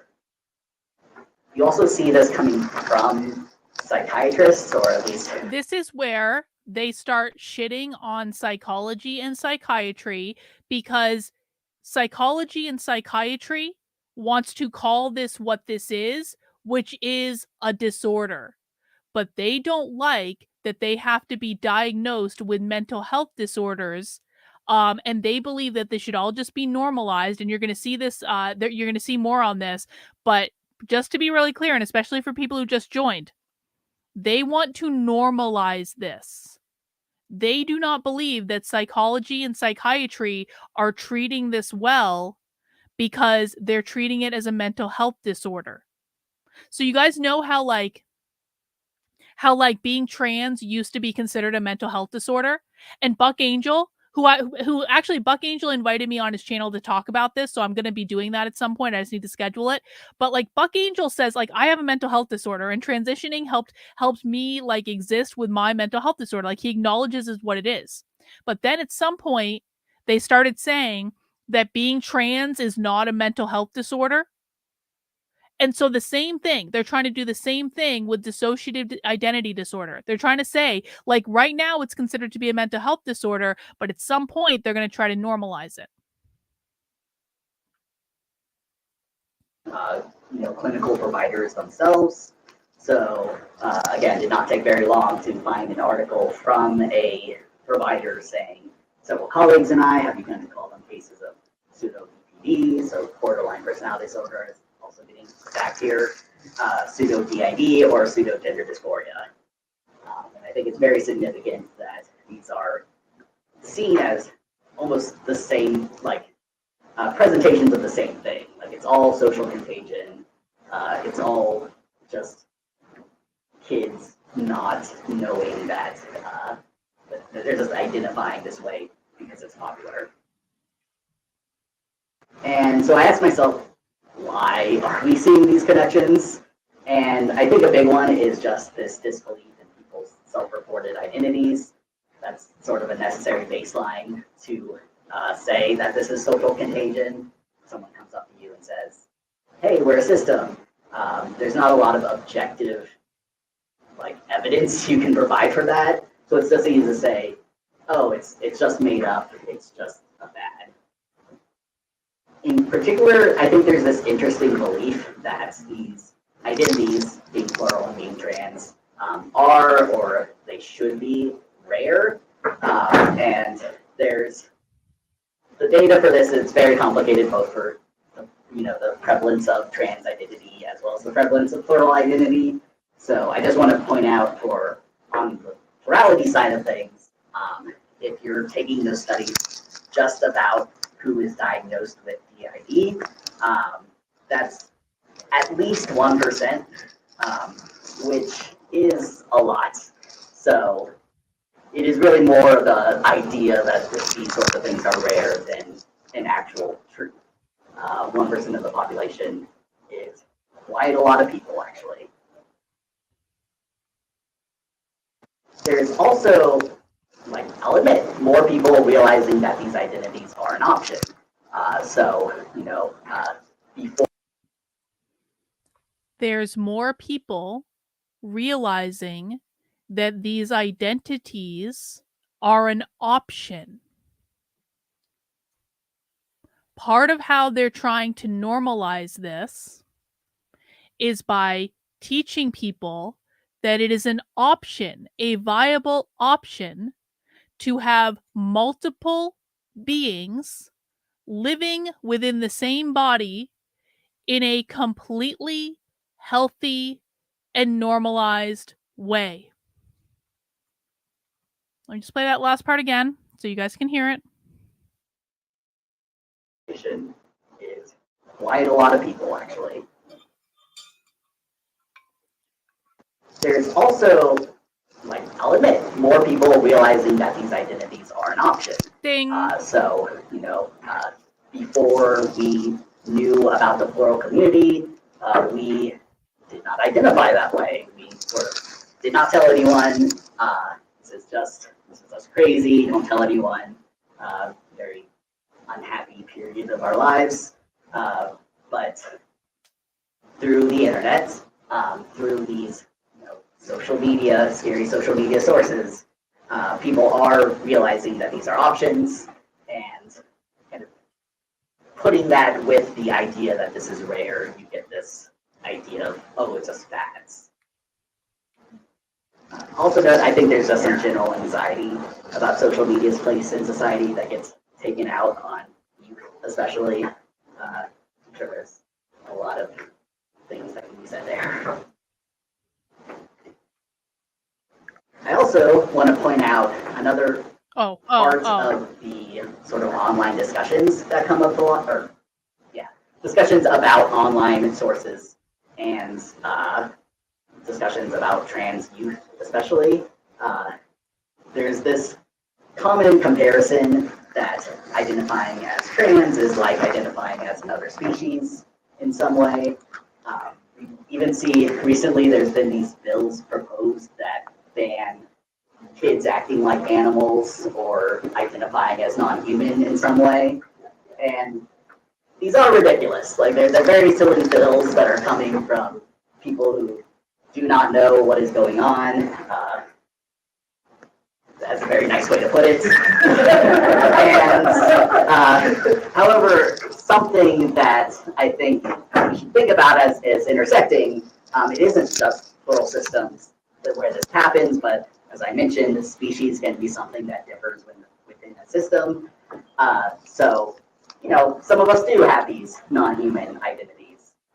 Some of us do have these non-human identities. And you should be allowed to identify as being a non-human, because now they're trying to normalize being a furry or being a fictional character or being something that never existed in reality at all, because that is how you identify. How many people were presenting it, or how many people were in the room? There were a lot of people in the room. I mean, relatively speaking, like, there were several dozen people in the room for this presentation, like more than many of the presentations I sat in, to be honest. And like I said, I don't know if you were here at the beginning, Mark, but like, there were multiple people in the room that visibly looked queer to me, or like queer is in like the far leftist kind of like identity. And there were at least 3 of them that identified as being a system.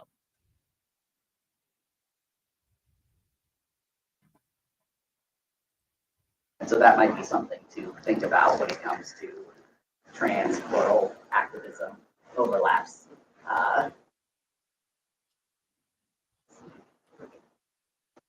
There's also this very big question of psychiatry and stigma that both trans and plural people face this heavy pathologization, that our ways of existing in the world are inherently some sort of medical disorder, mental illness specifically to be, historically, preferably cured in some way. At the same time, there's this really complicated relationship with psychiatry because oftentimes folks will be reliant on some sort of psychiatric help for assistance in figuring out your own identities, or just for very practical, like in trans cases, I need the letters, I need the prescriptions in some way. So that puts our communities in this really weird. So what you're going to hear, and now we're going to move into the bashing of psychiatry part of the presentation. What they are going to effectively say is that it is bad that psychiatry stigmatizes having multiple entities within one body. And if you have to go to a psychologist or a psychiatrist in order to get a letter to have your trans surgery or whatever, you shouldn't tell them that you have a dissociative disorder, because if you tell the psychiatrist that you have a dissociative disorder and you have multiple entities living within you, then they might not write you the letter that you need to get your trans surgery.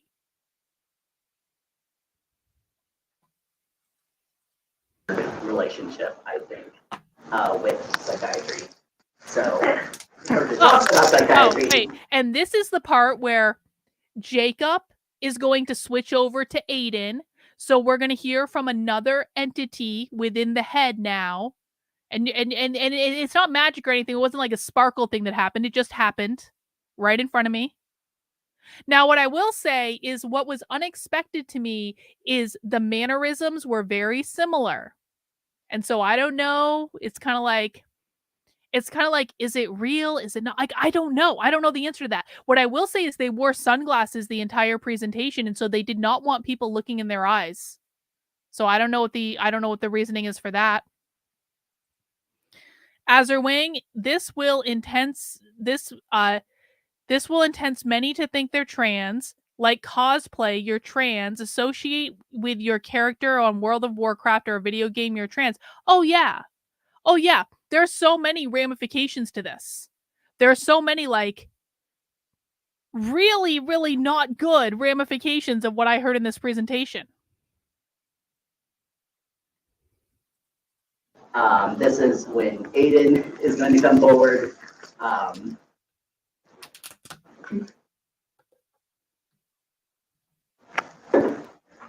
right. Hi, everyone. I'm Aiden. We don't switch in front of groups of people very often, so this is weird. But I do the research about psychiatry, so this is my section. General warnings for psychiatric invalidation. Did everyone catch that? We were listening to Jacob for the first part of the presentation, and now we're listening to Aiden. And Aiden is the one that is doing the research on psychiatry as part of the PhD program that they're doing at the University of Colorado. And also, just a brief comments about childhood trauma. No details, but it is relevant to the ways that psychiatry uses plurality. And I'm going to be talking about this information not in order to be like, this is the science, and the science says this, and you have to agree, but really to point out a lot of the issues with the science. So I will be sort of starting with, here's the medical model, and then critiquing it pretty heavily.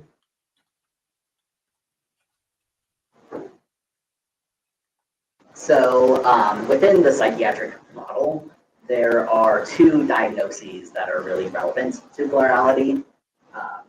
Keep saying dissociative identity disorder, that's really the main one. And then essentially, if you don't have all the official checkmark criteria of DID, there's still a diagnosis for you. You still get that there's this option essentially of other specified dissociative disorder subtype 1. I will only be referring to it as OSDD from now on.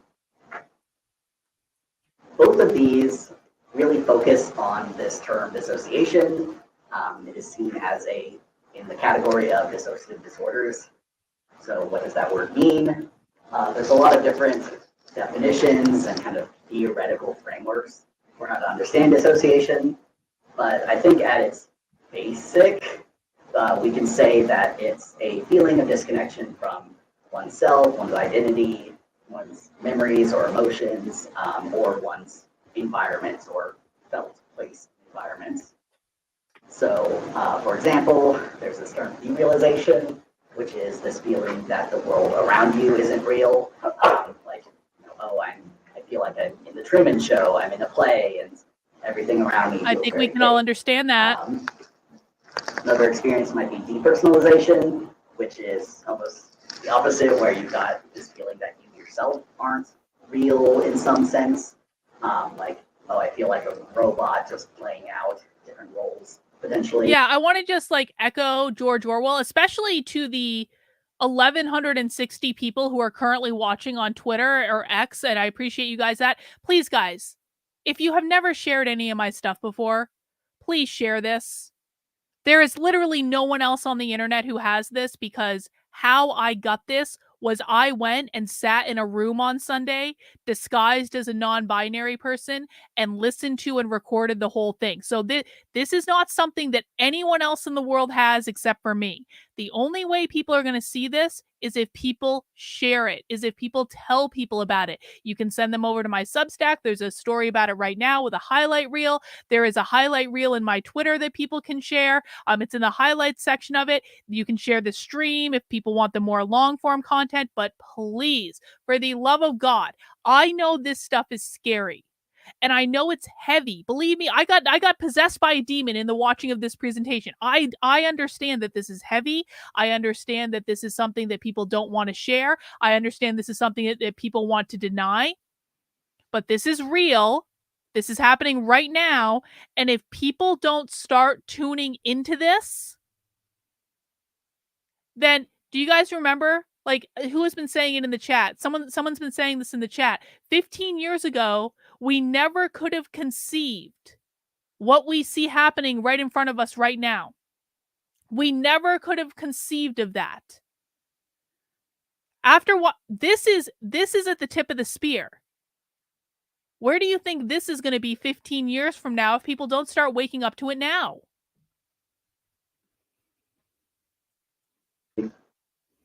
And at least whenever I look at this definition, it's sort of to me like, where does plurality even fit in here? It's almost a... Hang on, I got a super chat from Mark. Thank you, Mark. They did this with gender dysphoria a couple years ago. They pushed for it not to be considered a mental disorder and achieved that. That's exactly right, guys. They've already done this with gender dysphoria. They're trying to do it with dissociative disorder.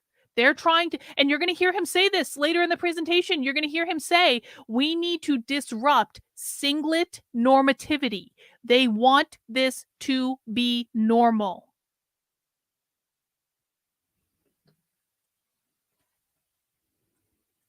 Tautological, very circular definition that plurality is a disconnection from oneself, from the medical perspective. So plurality is dissociation, and it's very hard to unlink those concepts from a psychiatric perspective, and that affects how a lot of systems are treated. So I won't go into, again, the super official criteria, but this is sort of useful for me to structure where I'm going next.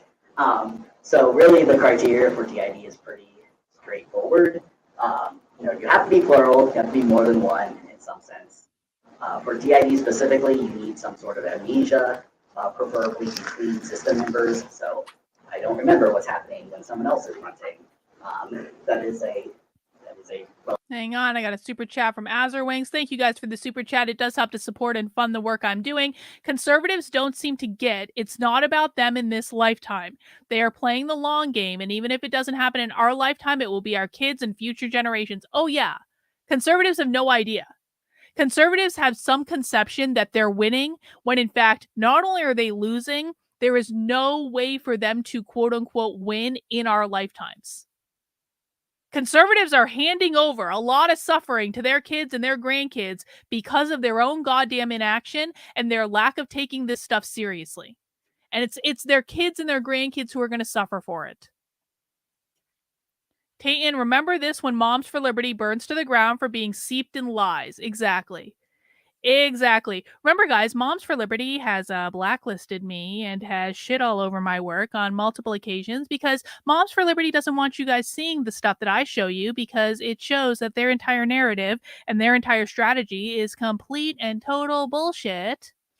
That's okay. We don't need them. They're just a bunch of grifters on Twitter. The MILFs. Relatively common experience among systems, although not necessarily universal. Then we have these, at least interesting to me, criteria of needs to cause distress or dysfunction in some way. It's not due to a cultural or religious practice. And then kind of this, it's not due to some physical condition. We have to identify it as a mental illness in some way. So really, okay, so what you just saw is Aiden went through the actual diagnostic for what is required to be diagnosed with dissociative disorder. Now, what Aiden is going to argue is that if the dissociative disorder does not cause the body, the entities within the body, to have distress or dysfunction, then it's not really a disorder. Does everyone understand that? What Aiden is arguing is that if a person can live normally, having multiple entities within their one body, if it does not cause them distress, if it does not cause them dysfunction, if people just accept it as a reality, then it is not a mental health disorder. Let's listen. I just present that to go into some of the interesting bits about some of those sub-criteria. Specifically, criterion C, this idea that it has to cause distress or dysfunction. You know, from one perspective, it's like, oh, that's nice. Like, it means that preferably systems that don't have any sort of issue with their plurality don't fit that criteria. It's a lot more complicated in practice, but essentially the idea is that, is this causing a problem? And I do want to, I sort of say this in order to point out that some systems do have problems with it.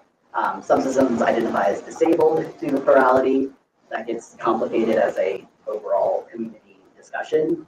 But, you know, amnesia kind of sucks a lot of the time. Or, you know, if you're constantly fighting with your system members, that can be one of those places where actually there is a place for psychiatry for some people.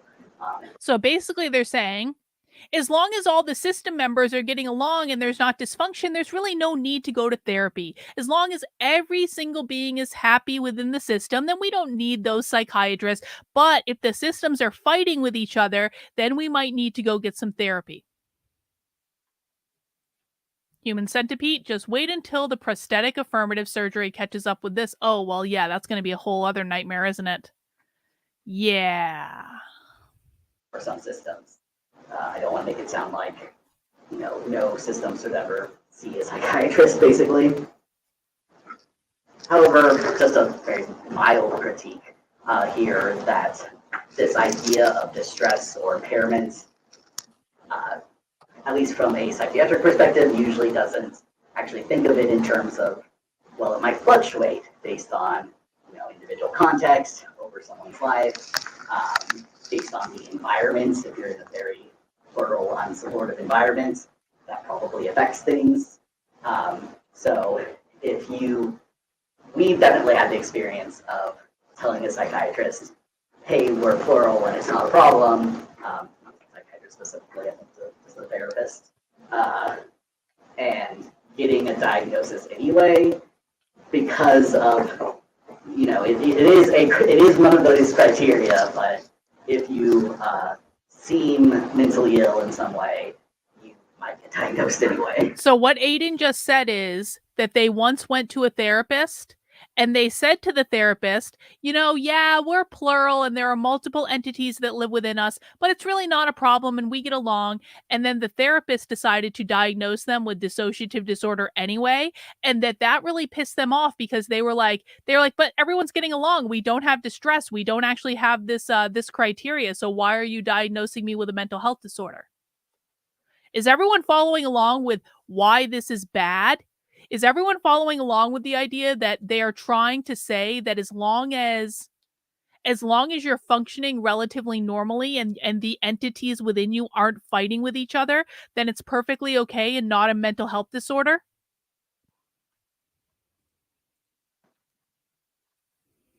Criterion D is also interesting. It's this idea that if it's going to be diagnosed as TID, it shouldn't be culturally accepted practice in some way. And that is because many culturally accepted practices around the world overlap in some way with plurality and with these definitions of dissociation. The ones that's most commonly discussed in the literature and overall might involve religious practices, dealing with communicating with spirits, especially mediumship, and spirit possession. Like, that's very normal around the world. Oh, yeah, yeah. Steve, Dragon Tail's pointing this out, but check this out. You guys are gonna love this. This is just like the cherry on top. Dissociative identity disorder relies on the very white Euro-American idea of one whole self is desirable or possible.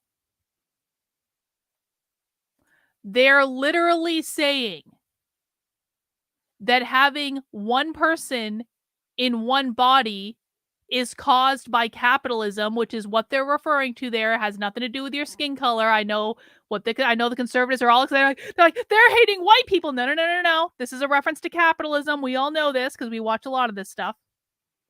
They're saying that capitalism caused the singlet normativity, and that having multiple entities within you is a way to disrupt the white Euro-American ideal of one person in one fucking body. Everyone understand? From a psychiatric perspective, it has been labeled and historically pathologized as, no, that's just experiencing dissociation, and that's bad. And so you sort of get this criterion that's meant to push it away, like, no, look, we're only talking about the mentally ill people. But again, it gets more complicated when you're actually sitting in a therapist office. And I also just want to point out that dissociative identity disorder as a construct has faced this sort of critique that it's coming from this very white Euro-American perspective that being one whole self is desirable, or that it's even possible for a person to be one whole self. We've seen. Is it even possible for one person to be one whole self? Is it even possible? Fucking magnets, how do they work? Is it even possible? If anyone's wondering, this is the point of the presentation when I was sitting there that I started to tweak. I think this is the part that got me. Like, is it even possible to just be one person in one body? Capitalism, bro. Connect this especially with Christian. Let's just listen to that part again, just so people can revel in that. Therapist office. And I also just want to point out that dissociative identity disorder as a construct has faced this sort of critique that it's coming from this very white Euro-American perspective that being one whole self is desirable, or that it's even possible for a person to be one whole self. We've seen scholars connect this especially with. Hang on, Jennifer, can you confirm that you gave me an exorcism in the middle of downtown Boulder? People didn't believe it was real, Jennifer. They thought I was making it up. Can you confirm that you had to excise me of some energy? I don't know if you would agree with the exorcism part of it, but can you confirm that there was an incident in which I was possessed by something that had to be rectified? Just for the chat, and then we can talk more about it another time. Everyone give a round of applause for Jennifer. Jennifer hosted me a great weekend, had great wine, great rum.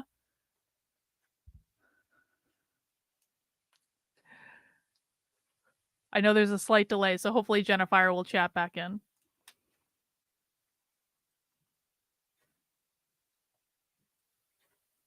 Like Christian beliefs about like the soul, that's sort of where that all comes from.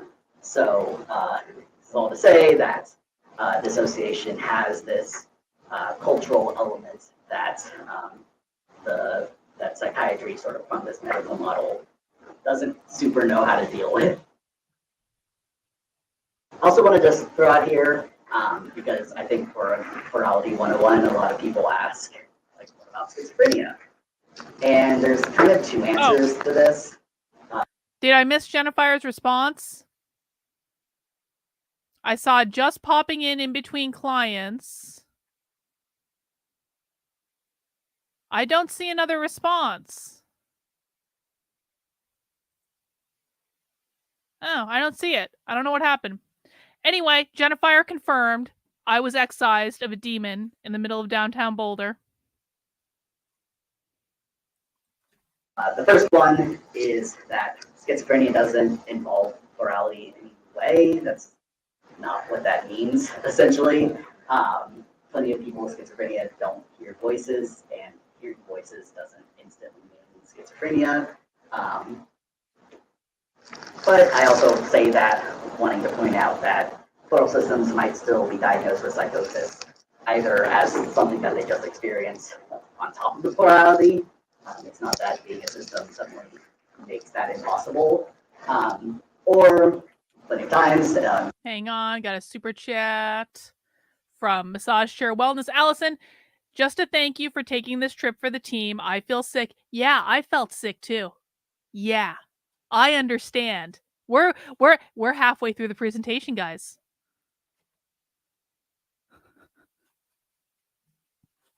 If you're part of the community, you see people who are misdiagnosed by psychologists who, again, assume all plurality is psychosis.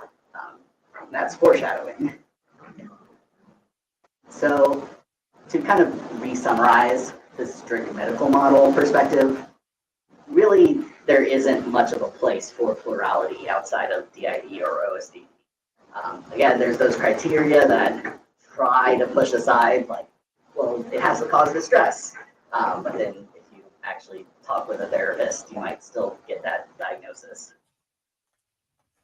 The kind of classic causal narrative for DID especially is this idea that a child in a traumatic environment dissociates from their emotions, from these traumatic memories, and then eventually that like reaches the extent of dissociating from different parts of themselves.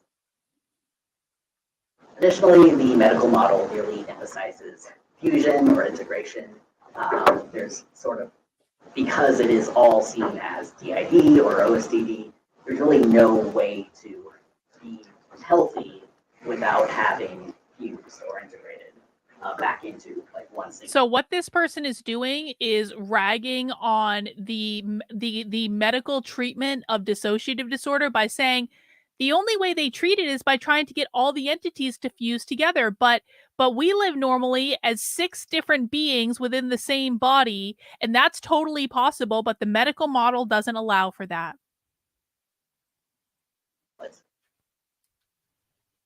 And I use the term like dissociate from parts of themselves very deliberately there, because that's really the model that the sort of the big guidelines for treating DID very specifically says that the patient is not a collection of separate people in the same body.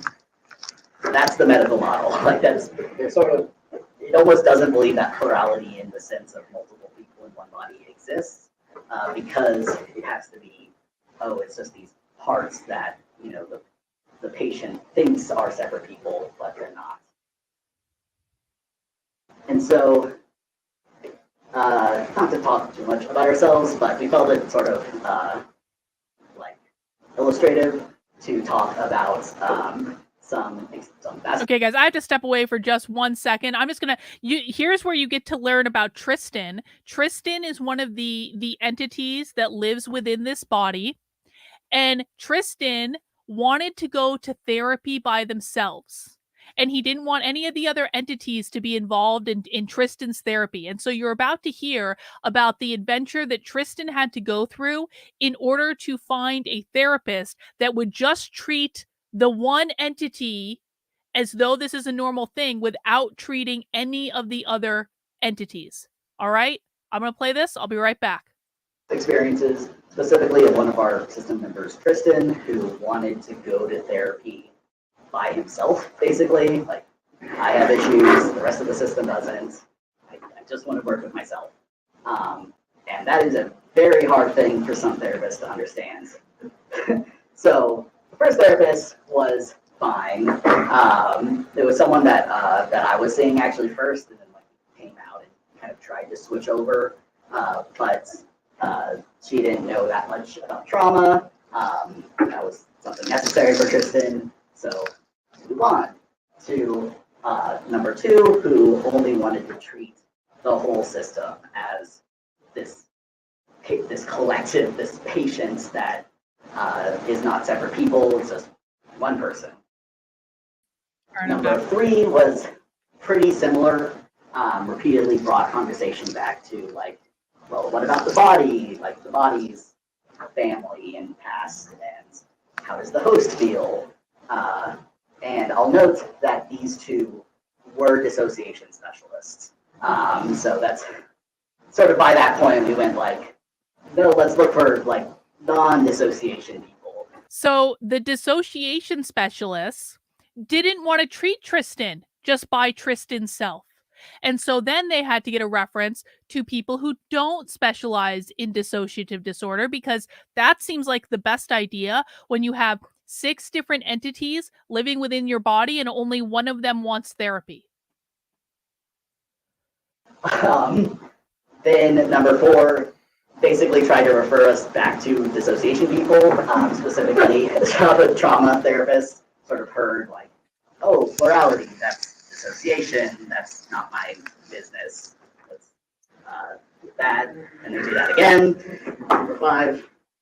Number six was possibly okay, only saw them for like a month or so, and then insurance issues. So I want to throw that out there as just like, there are a lot of very practical barriers for people in finding any sort of therapy.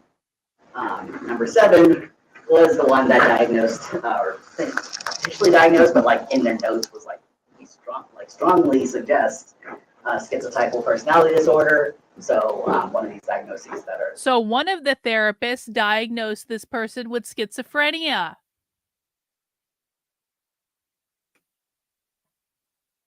Is kind of in the same family as schizophrenia.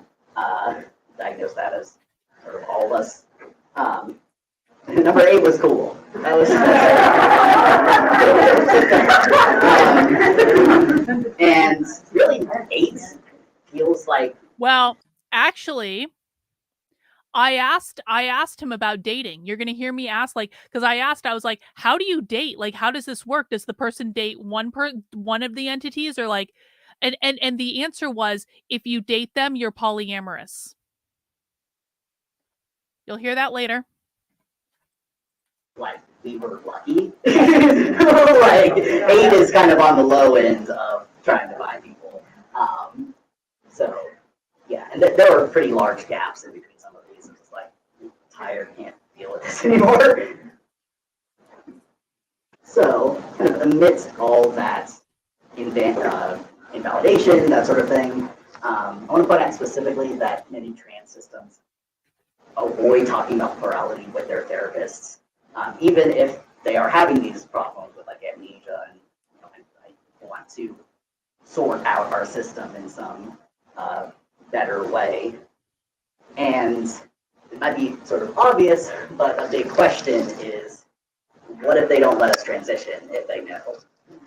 That is definitely a big reason why I think we were like 5 years post-transition before we told any therapist. It's like, you can't block anything now. Now you get to know. And so something that might be interesting is to know what guidelines actually say about DID, about morality, but really DID. The WPATH Standards of Care does mention DID very briefly, sort of thrown in there under severe psychiatric disorders and impaired reality testing. So with psychotic episodes. So I don't know if we just passed it or if it's coming up. Someone tell me if we just passed it. But yeah, so you heard it. So we'll go back and listen again because I went right. I was possibly blocking this part out. What they were saying in this slide.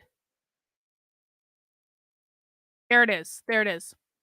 What they were saying in this slide is that if you have to get therapy to be trans and to have your trans surgery, then you should not tell your therapist that you have dissociative disorder or that you have multiple entities living within your body.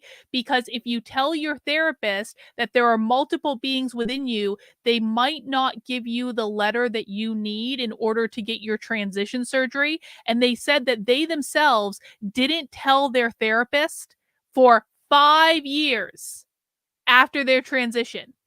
So they went through the entire transition process without telling their therapist that they had a dissociative disorder because they were afraid that if they told their therapist they have a dissociative disorder and had multiple beings living within them, that they wouldn't get their trans surgery letter.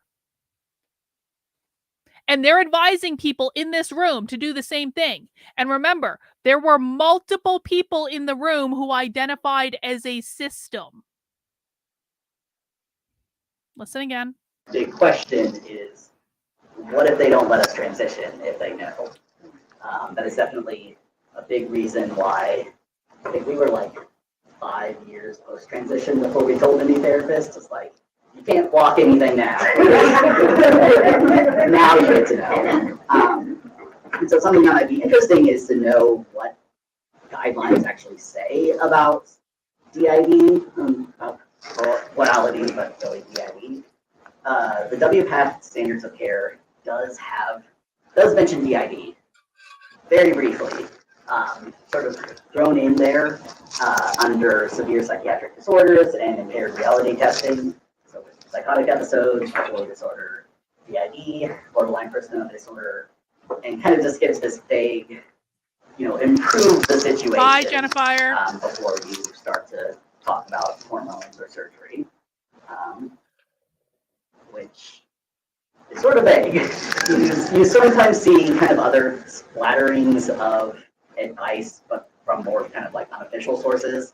Like, for example, there was a presentation yesterday about therapy and dissociation and a little bit about plurality there. But that's sort of where you would find that information. There's really nothing from the dissociation-oriented guidelines. So, like, see someone for DID, what happens if they come out as trans? I do know that's changing soon, so we'll see if those are good or not. a little skeptical, but who knows? What this means. So I just want to point out that I barely make any money off of the videos I do on YouTube anymore from the advertising revenue. Part of the reason I barely make any money off the advertising revenue is that YouTube has shadow banned my channel to high heaven. The only reason I can even still do my daily streams, which is 6 days a week for hours and hours a day, is because people super chat in or they join my Substack as a monthly or annual member. So if you guys think that I'm going to feel bad that you guys are getting ads served to you, which might actually help fund the work I'm doing when it is near impossible to make this a viable entity because of how badly I'm fucking shadow banned on YouTube, I'm not going to feel bad for you. Suck it up. I went to a goddamn conference over the weekend where I had to sit in the front row of this entire presentation to document it for you and got possessed by a goddamn demonic entity in the process. So your bitching and complaining, which I'm seeing all over the goddamn chat about the ads, doesn't really do a lot for me because this is how I fund the undercover journalism. Is that actual experiences among systems differ super wildly. You might find, the perfect validating therapist who understands everything and totally on board, or you find the ones that try to diagnose you with schizotypal personality disorder, or who block your, don't write you the letter or anything like that. What this often means is it's really kind of a roll of the dice for systems to risk coming out, to risk dealing with a therapist at all. And this very likely means that they're going to be an educator in some. Did everyone hear? Or were we focusing on the ad complaining in the chat? Did everyone hear them say that there's just not a lot of benefit to come out to a therapist because they're going to have to educate them? Did everyone hear that? Let's listen again. Who understands everything and totally on board, or you find the ones that try to diagnose you with schizotypal personality disorder, or who block your, don't write you the letter or anything like that. What this often means is it's really kind of a roll of the dice for systems to risk coming out, to risk dealing with a therapist at all. And this very likely means that they're going to be an educator in some sense. There aren't really many people working at the intersection of, even from a very psychiatric model, DID and trans identity. So basically you either see a trans therapist and then you have to explain all the DID and plurality stuff, or you see a DID specialist and then you have to hope that they're okay with trans people and explain the trans thing. Even though here that we ourselves have had some weird experiences at this intersection. I once was sort of describing our system to a therapist, and at the end he was like, well, what about the you just described all these men. Why isn't there a woman that identifies with your body and identifies with your birth name? Really expected that. So those are fun assumptions. So I think this doesn't say there's a real need for activism, and I think this is a activism issue more than just putting it on individual systems to be the educators. Yes, and so that's and now, because there's a real need for activism around normalizing being plural, now they're going to teach you how to be a good ally. First off, they're going to switch back to Jacob now. Aiden's part of the presentation is done, and so Jacob is going to teach all of us how to be a good ally to the plural community. what we're going to talk about, and I am passing things back up to Jacob.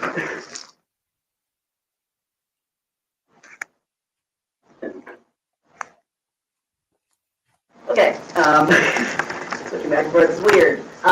So activism.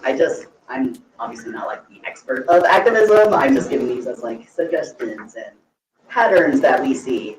So there is this shared fight to self-determine identity. I think that's really a big one. To be believed when we say we are a man or we are multiple men in one body. That is really a shared experience. They have a right to self-determine their identity. And if they say that they are multiple cisgendered men in a body that was assigned female at birth, it is our job to believe their lived experience. Let's go back, listen again. I'm just giving these as suggestions and patterns that we see. So there is this shared fight to self-determine identity. I think that's really a big one. To be believed when we say we are a man or we are multiple men in one body, that is really a shared experience. I hope I also demonstrated that there are these overlapping stereotypes, especially in the media, these worries about social contagion. There is some way that we're almost already being compared to each other. So I definitely feel like any sort of trans activism should be aware of those overlaps, as well as vice versa. And then specifically in the realm of psychiatry, there is this need for expanded health services, having more specialists available, having ones that take insurance of various sorts, as well as just better services that don't invalidate people and don't view especially plurality as just this very strict medical model that really invalidates a lot of systems. So sort of ending here with suggestions for being an ally that we've seen talked about in the community, as well as personal examples, I guess. I begin with some don't do this kinds of things, and then try to end on a more positive note of things that are good practices. So just indicating awareness of plurality, at least in our experiences, really makes a space feel safer, and that includes knowing what terms to avoid. So the big one that I really try to avoid saying is multiple personalities, in large part just because those in systems are more than just personalities. So I explained all the various things that can differ within a system. That's definitely more than just a personality.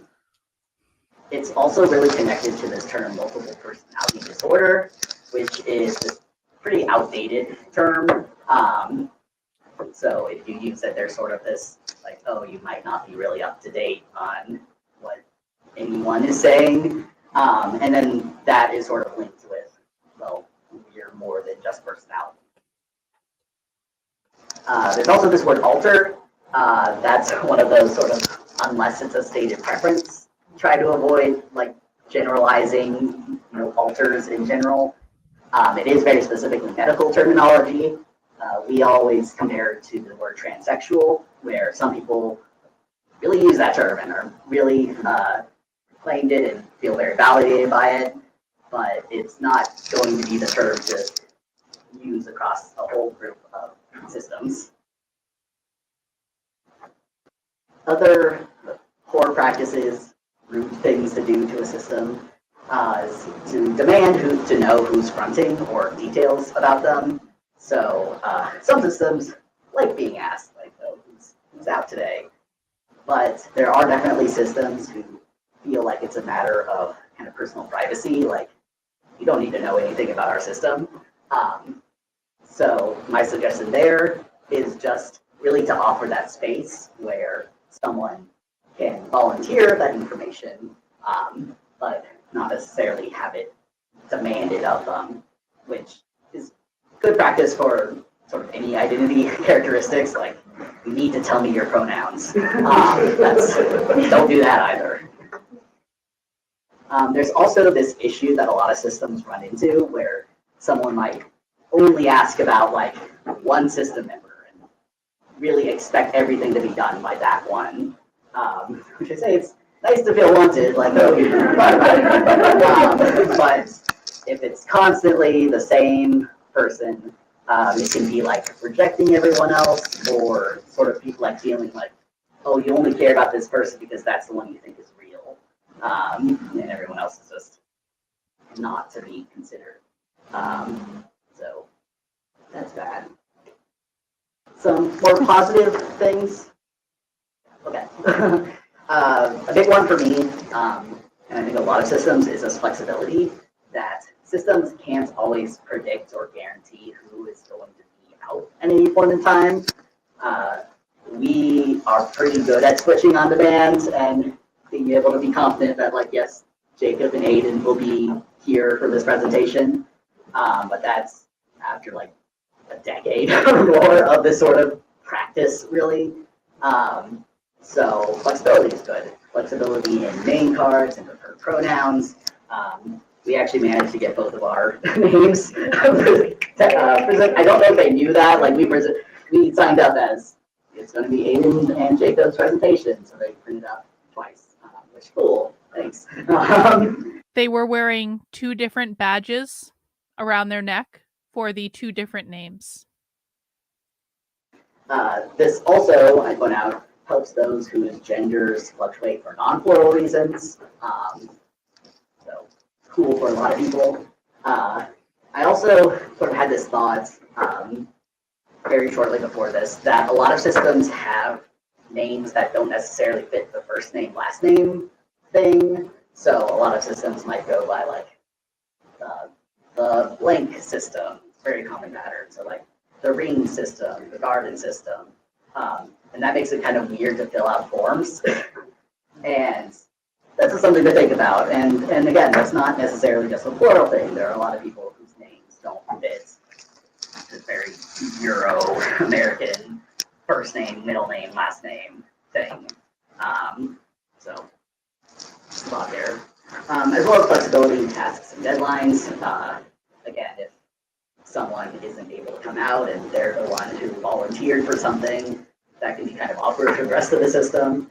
And again, that helps people with with unpredictable disabilities, that might flare up suddenly or have an episode. Flexibility is nice for a lot of people. And then, just broadly, education and acceptance, like with trans. Just accept it. Just accept it. Having dissociative disorder is totally normal, guys. Just accept it and affirm it and educate yourself about the necessity of having multiple entities within one body.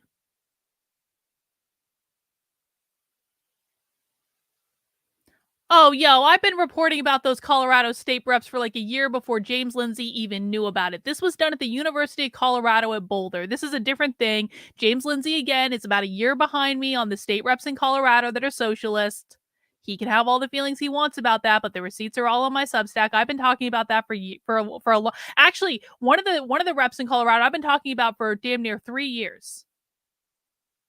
Communities, plural terminology and knowledge is always changing and shifting, and I kind of apologize for that, but that's the fact of these communities. So I'm certain there's things I said that probably sound old-fashioned, because again, I've been doing this for a while. And generally, systems will have different preferences with how they're treated, but respect what people say about themselves and what terms they want to use and how they want to be treated. Be accepting and willing to learn. And I thank you all for being here, being accepting and willing to learn about plurality. Have some further resources very briefly. Some resources and some websites to look into. Apparently, there is also an r/conservative about being plural, so we should probably look into that and see how many people on r/conservative that are talking about having multiple personality disorder are also trans, because it sounds like there's going to be an overlap. Healthy multiplicity is like a kind of oversight that's like a link to a bunch of other sites and essays that systems have written. The Plural Association is this relatively newer self-advocacy group that are kind of doing interesting things. And then morethanone.info is probably the one I should have put first because it's a very good intro sort of thing. And then there are some like studies and research that's being done about plurality that isn't necessarily from this DID lens. So that's out there and exciting, and we're hoping to be part of that research trend. But that's if anyone wants to ask us, or especially Aiden, about research. And that, thank you all. We can move to Q&A. Okay, so that's the end of the presentation, but there's still more to listen to. We're going into the Q&A portion now. Some of the sound in this is going to be better than others. You're going to hear me ask a question.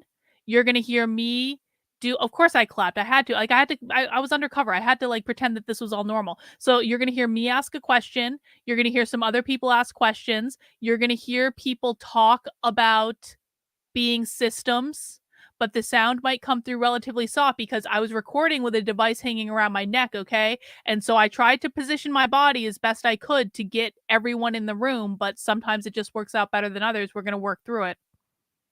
And then at the end, you're going to hear me phasing out.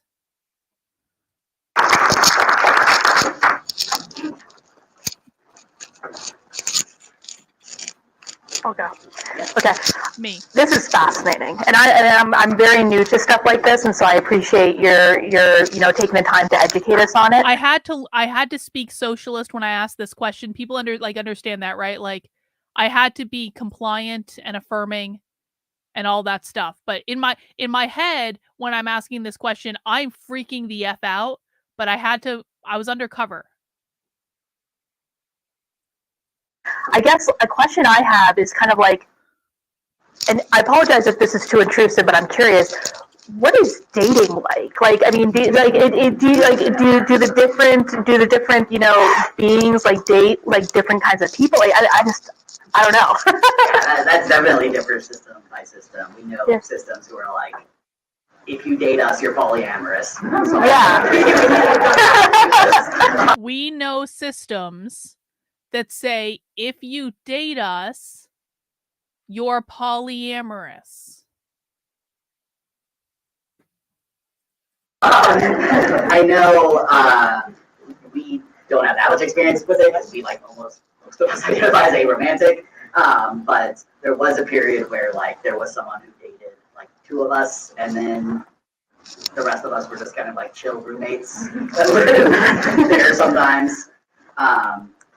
Yeah, that's going to depend a lot, and especially you run into these issues where like if you have someone who's a lesbian and someone who's a gay man in the same system, that's something that they're probably going to have to communicate about, and probably something that they have, and so it's a matter of listening to what they've said about that whole deal. Fascinating.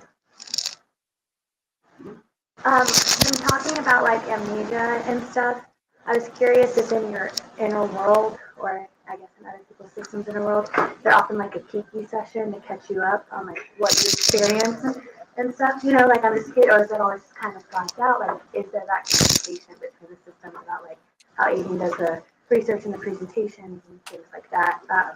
And you guys know that. Yeah, we know systems that have like almost an internal bulletin board, and plenty of systems who just do that externally. Like we can't trust the inner world to keep track of this. It's gonna be on our fridge. Right. But I mean, if you're asking about us specifically, we're very communicative. We don't really have amnesia except for like super old childhood things, but who knows if that's plurality or autism.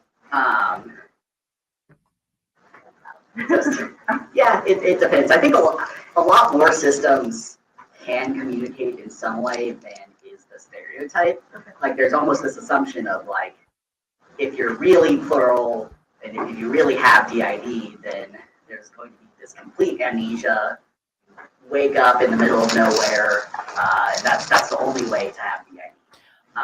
And I'm going to be really interested to hear from Everyday Therapist on this point, because Everyday Therapist, again, she's a real therapist. She's in the community. She's in the chat sometimes. She has actually treated people with this disorder. And I want to know from her, like, is it true that you have to have amnesia to have this disorder? Because if that's true, and you have multiple people saying that they have these entities living in their heads, but they don't have amnesia and they can communicate with each other, like, that's a different thing. it does happen, and is one of those kind of scary things that might lead someone to needing some sort of professional help. But even for folks with DID who have some amnesia, you might have these sort of like, let's check in and make sure everyone knows what's going on with our lives, that sort of thing. Now you're going to hear someone, I'm pretty sure this is the section, and the sound on this might be soft. you're going to hear someone that looked incredibly trans with a crazy haircut and crazy makeup and was obviously like a male to female, and they were in the back of the room and they spoke up and they said, with my system, this is how this works. We have an internal bulletin board. The author, like, where our system works is it has a, like, common. See how our system works. This is someone from the back of the room. And just pay attention. If you can't hear it, it's very soft. But if you can't hear it, just pay attention to the closed captions. Where our system works is it has a, like, common, like, internal, external hard drive that, like, we go to. And so someone might be able to, like, be like, hold on, let me plug in. Okay, now I know what happened. Experience that, but I at least have this, like, one last week. yeah. We're a system that, like, things that happen to the body are pretty shared, but, like, other things might be less shared. So there's sort of that, like, plug into the body. What's going on? So kind of hearing the topic about the spectrum of experiences, I know when I was exploring that part of my identity, not having the amnesia. When I was exploring that part of my identity, they're talking about having multiple beings in them when they say that. This is another one. This is a different person. Experience, or at least not having it was a big barrier for me. And now someone else who's coming to me asking me about my experience, who's having a similar instance, but with the inner space, the inner world. I would use the term headspace, so thank you for introducing me to that term. They have that meditation, which is something I'm learning about now. I'm a 5 on the scale, I can actually think very clearly, but they don't have that ability. They don't do that. If you have the experience of hearing about systems don't have that inner world or don't have that construct and how they operate, what kind of Yeah, definitely. That's sort of why I kept being like, in a lot of systems, but not all. We definitely know systems with aphantasia, which is sort of the inability to have sort of any sort of internal visualization thing that happens. And a lot of the time, I guess my first thoughts or like recommendations would be potentially external communication, like be okay talking to yourself out loud. that's sort of this like very stigmatized thing, but that can be a way to communicate. We also know systems where maybe they don't have that headspace, but they can still like almost share the body together, co-conscious, and kind of communicate that way. But yeah, I definitely don't want to make it sound like you have to have this like vivid inner world and inner imagination in each world, because a lot of systems don't. Right. I absolutely, because it's foundational in like establishing contact. People say to have the inner world to like reach out. I know that wasn't my case. And that's what they were struggling with. Yeah, there's definitely, we've seen like CID, especially from CID model, but just like any plural communication 101, build a headspace, and that's not always going to be possible for all systems. I work with youth before. Okay, you may not have caught that because the sound was a little fuzzy.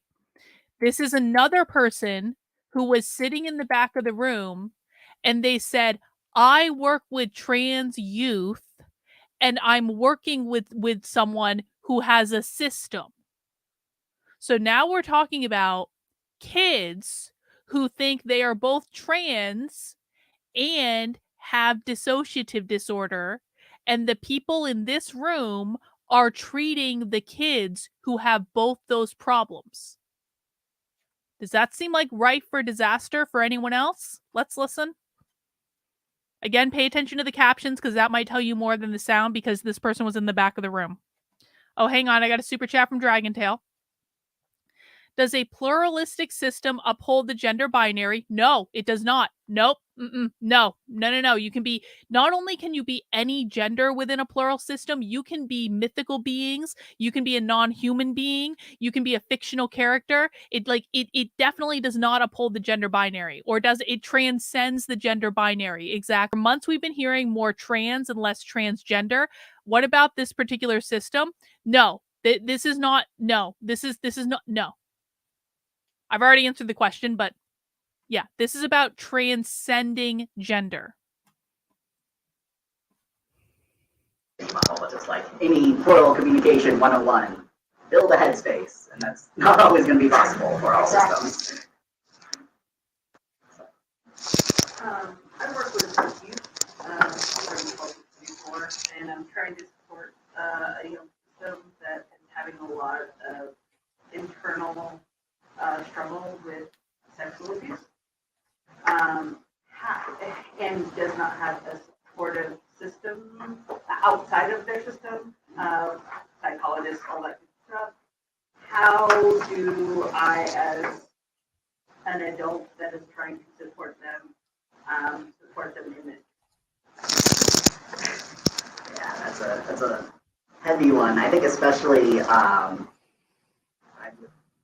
Did you see any of Felix's presentations yesterday? I did not. Okay, well, you can look them up. I feel like they're good at. I mean, they're like clinically trained in some of the stuff that I can't really provide. But I'm reminded of one of their suggestions, like to clinical people, was, you know, you're gonna have to get better at like family systems or the systems therapy in some way, because that is the context that a lot of individual systems work within.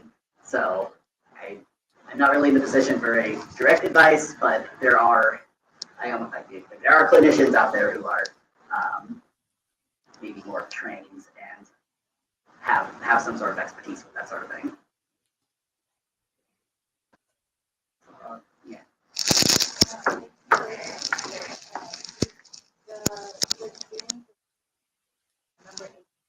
Right? Sorry, very soft. Yeah, I don't remember what it was. Yeah, I think a big. They were asking, that person was asking about Tristan's journey to find a therapist and how they had to go through 8 different therapists. That's relatively what the question was. Thing was treating him alone. It really amounts to like listening to what the person that she saw wanted. See, I could give particulars with like this was someone who was more from a like transhumanist perspective and kind of had a more spiritual. Hang on. Thank you for the member chat, Dragon Tail. Will this clash with the Revolutionary Communist Party? How would Midwestern Marx handle this? I mean, both the Revolutionary Communist Party and Midwestern Marx are Bolsheviks. So that's a great question. I have no idea how they would handle something like this. That is a great question. Maybe we'll have an opportunity to ask. We'll have to see. Understanding, I think that made certain aspects of our experiences easier to understand, just because it's like you're already dealing with people who are reporting potentially very unusual experiences. That's always a big one that I think of. Yeah, and this was someone who had some knowledge in trauma things, but not necessarily from this dissociation perspective. So that expertise was necessary, and it might have been cool if there was more of that dissociation work, not for us as a system, but for Tristan specifically. But we had run into enough issues with dissociation specialists that we weren't going to try that again. Yeah, so I kind of came to all of this from a place of very little knowledge. Now we're going to hear from someone who has been struggle sessioned into becoming a good ally.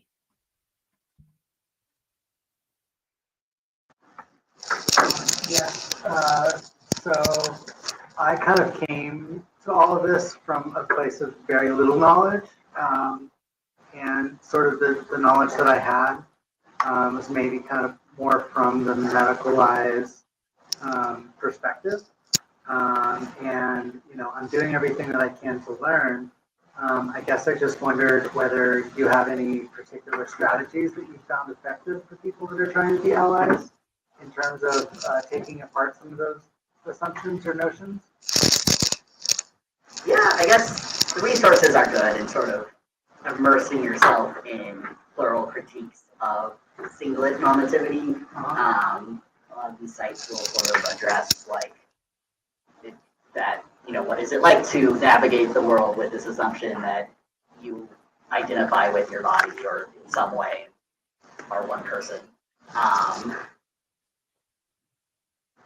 Yeah, I don't know. A lot of the conversation is online, so you almost have that going for you. That you could look at. Various pieces of social media can be kind of a mess, but if you look at it from what are the communities discussing, that sort of stuff is available.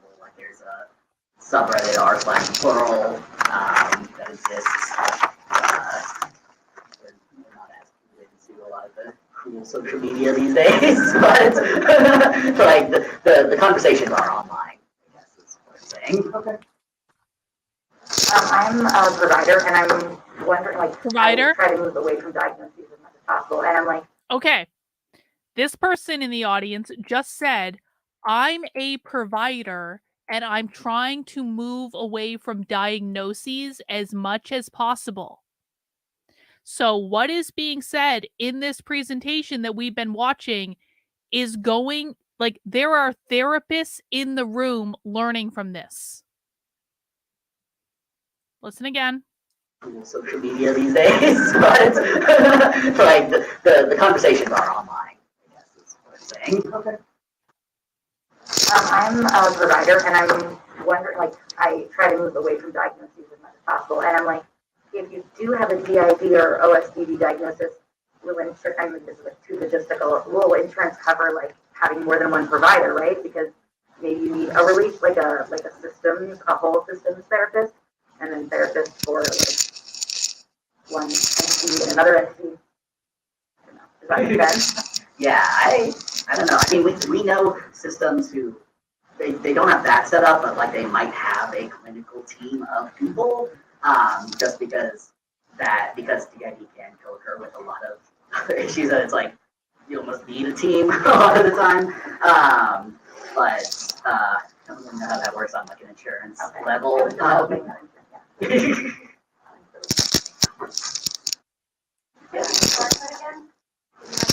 Yes. Thank you. And I think we're done with time. Yeah. So you all can have lunch if you want. Not done yet. You could always leave, but yeah, I'll hang out up here for other conversations if you want.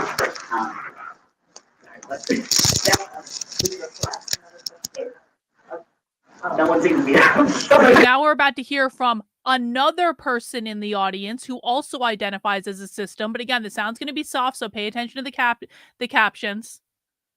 They're leaving, but I was really interested in what you were saying about kind of how it relates to your experience with different species, and also the art you have. I love that art. It's so great. I'm an artist, so it's Aiden's art.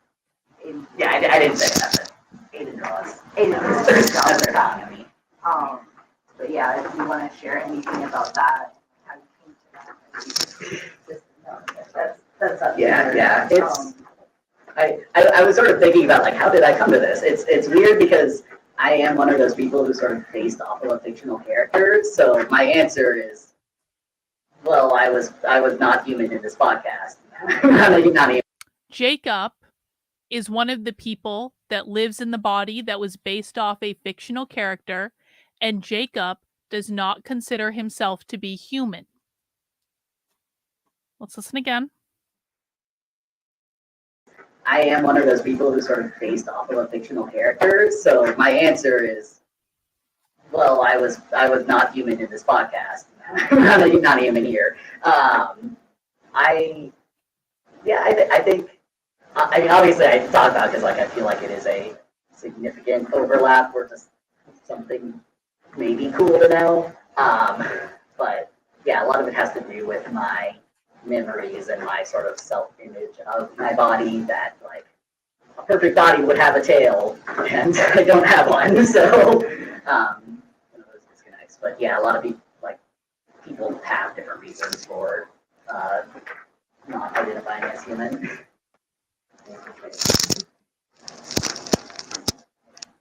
Okay, now most people are going to start to leave the room, but I went in for one. I went in for one more question, and I asked this person how the university received them studying this as part of their dissertation.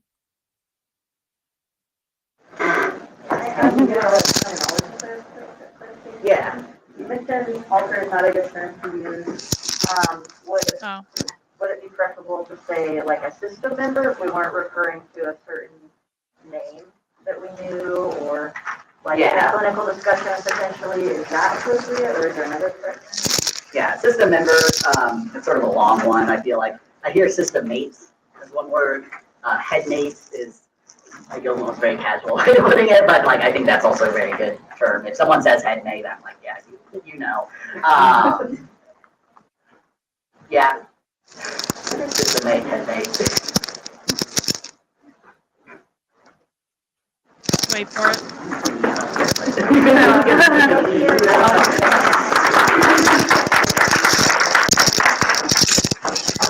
One more question. What has the experience been like studying this on a doctoral level at the university? Like, has that been weird? Has it been accepting? Like, what's the feedback been? Yeah, so I'm Tate, and I'm the one who does a lot of research. I'm in linguistics, especially anthropology, which means that anthropologists have a pretty good idea of just like, oh, you have this experience that's kind of medicalized and weird, but you don't identify necessarily with the medical part of it. Like, cool, we're anthropologists, we understand. I don't know how it would be if we were in like psychology, like that would be a whole other thing. Yeah, I've only really had positive experiences. Like, I don't know, maybe there's negative stuff happening behind the scenes that people are like gossiping about us. But so I got a psychology PhD a while back, so I was like, how are they I know in psychology, like there is more of a stigma of like, I mean, for any sort of medicalized or pathologized experience, it's like, are you fit to be here? But I think in anthropology, there's almost this like autoethnography, like in community stuff. You're cool. That makes sense. I see anthropologists over there nodding. So yeah. Well, thank you so much. And this is the part where I stormed out of the room because I needed to get the F out of there, but I left the recording device on around my neck. And so just in case anyone thinks that like I was lying at the beginning of the stream when I said I was feezing out, I just want to play you the last little bit of this because it's basically me walking around for a little while, but then you're going to hear me start feezing out. And I just want you guys, this was the reaction after I left this room.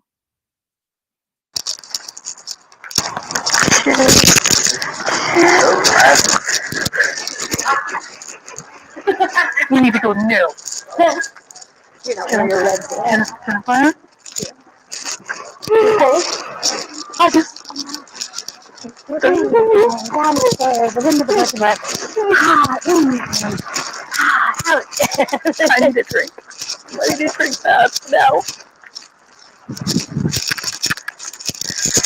The multiple personality disorder presentation was fucking crazy.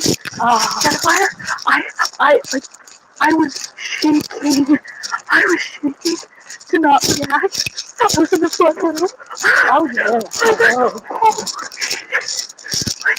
there were multiple people in the room who identified as systems. You're not allowed to call them systems. Yes, systems.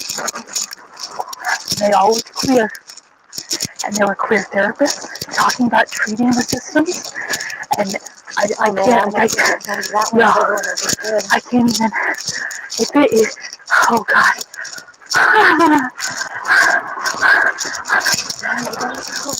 Well, that's all my good. Like, when he's and then the fucker was recorded, I was so pissed if it didn't. Holy shit. Holy shit. They switched personalities in the.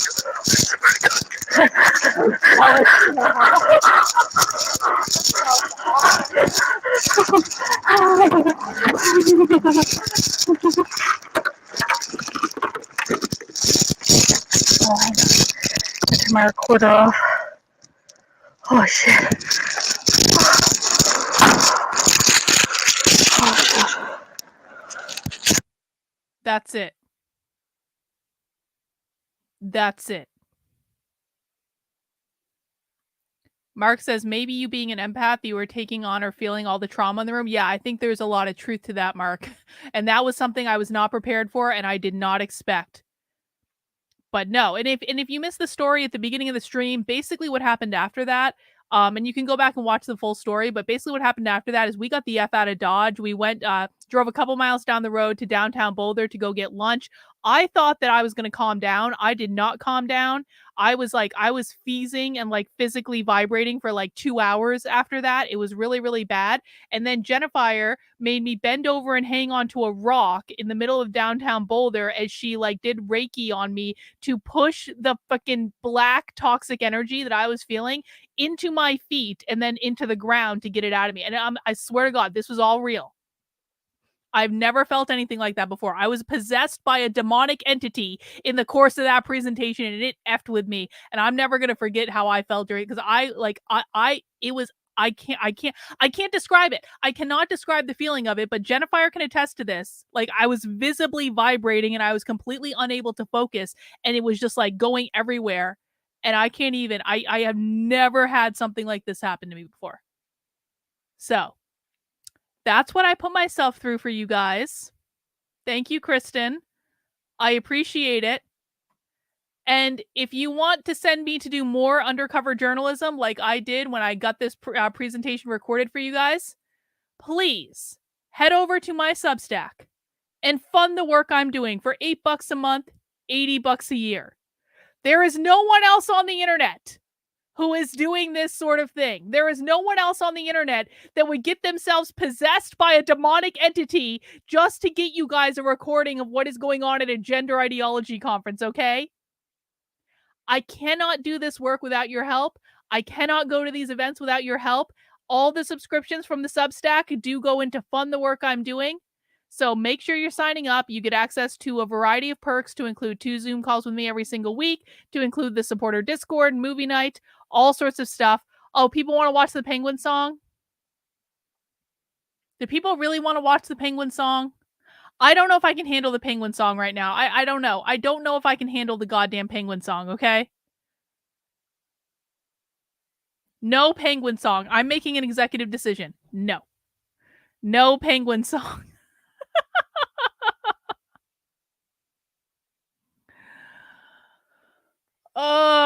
Well, I sprayed my hair bright pink and it got all over Jennifer's bathroom and she was not happy about it. But my hair was pink for a day. It was. No, I don't want to do the boner song or the penguin song. I don't want to. I need to go recuperate because, guys, we are doing Nothing Remotely Controversial tonight in 2 hours' time. I will be back for Nothing Remotely Controversial with Joshua, and we're going to ask Joshua about this demonic possession thing. We're going to ask him to pull cards on it. We're going to get his input. He heard about it earlier, but we didn't really talk about it all that much, but he definitely heard about it. So if you want more information on the demonic possession that I underwent, come back at 9:30 tonight. We'll do Nothing Remotely Controversial, and then we'll talk about some fun stuff too. And of course, I will be back tomorrow at 5 p.m. Eastern Time. I stream Monday through Friday. At 5 p.m., we do Socialism Saturday on 6 at 6 on Saturdays, where we watch Hardcore Socialism. Thank you guys for going on this journey with me. I will be releasing more information from this conference in the coming days over on the Substack. There's nothing as crazy as this, but this is a really high bar. So manage your expectations. We're going back to a normal level of crazy now. This is just extra. All right, guys, that's all for now. Take care. We'll see you soon.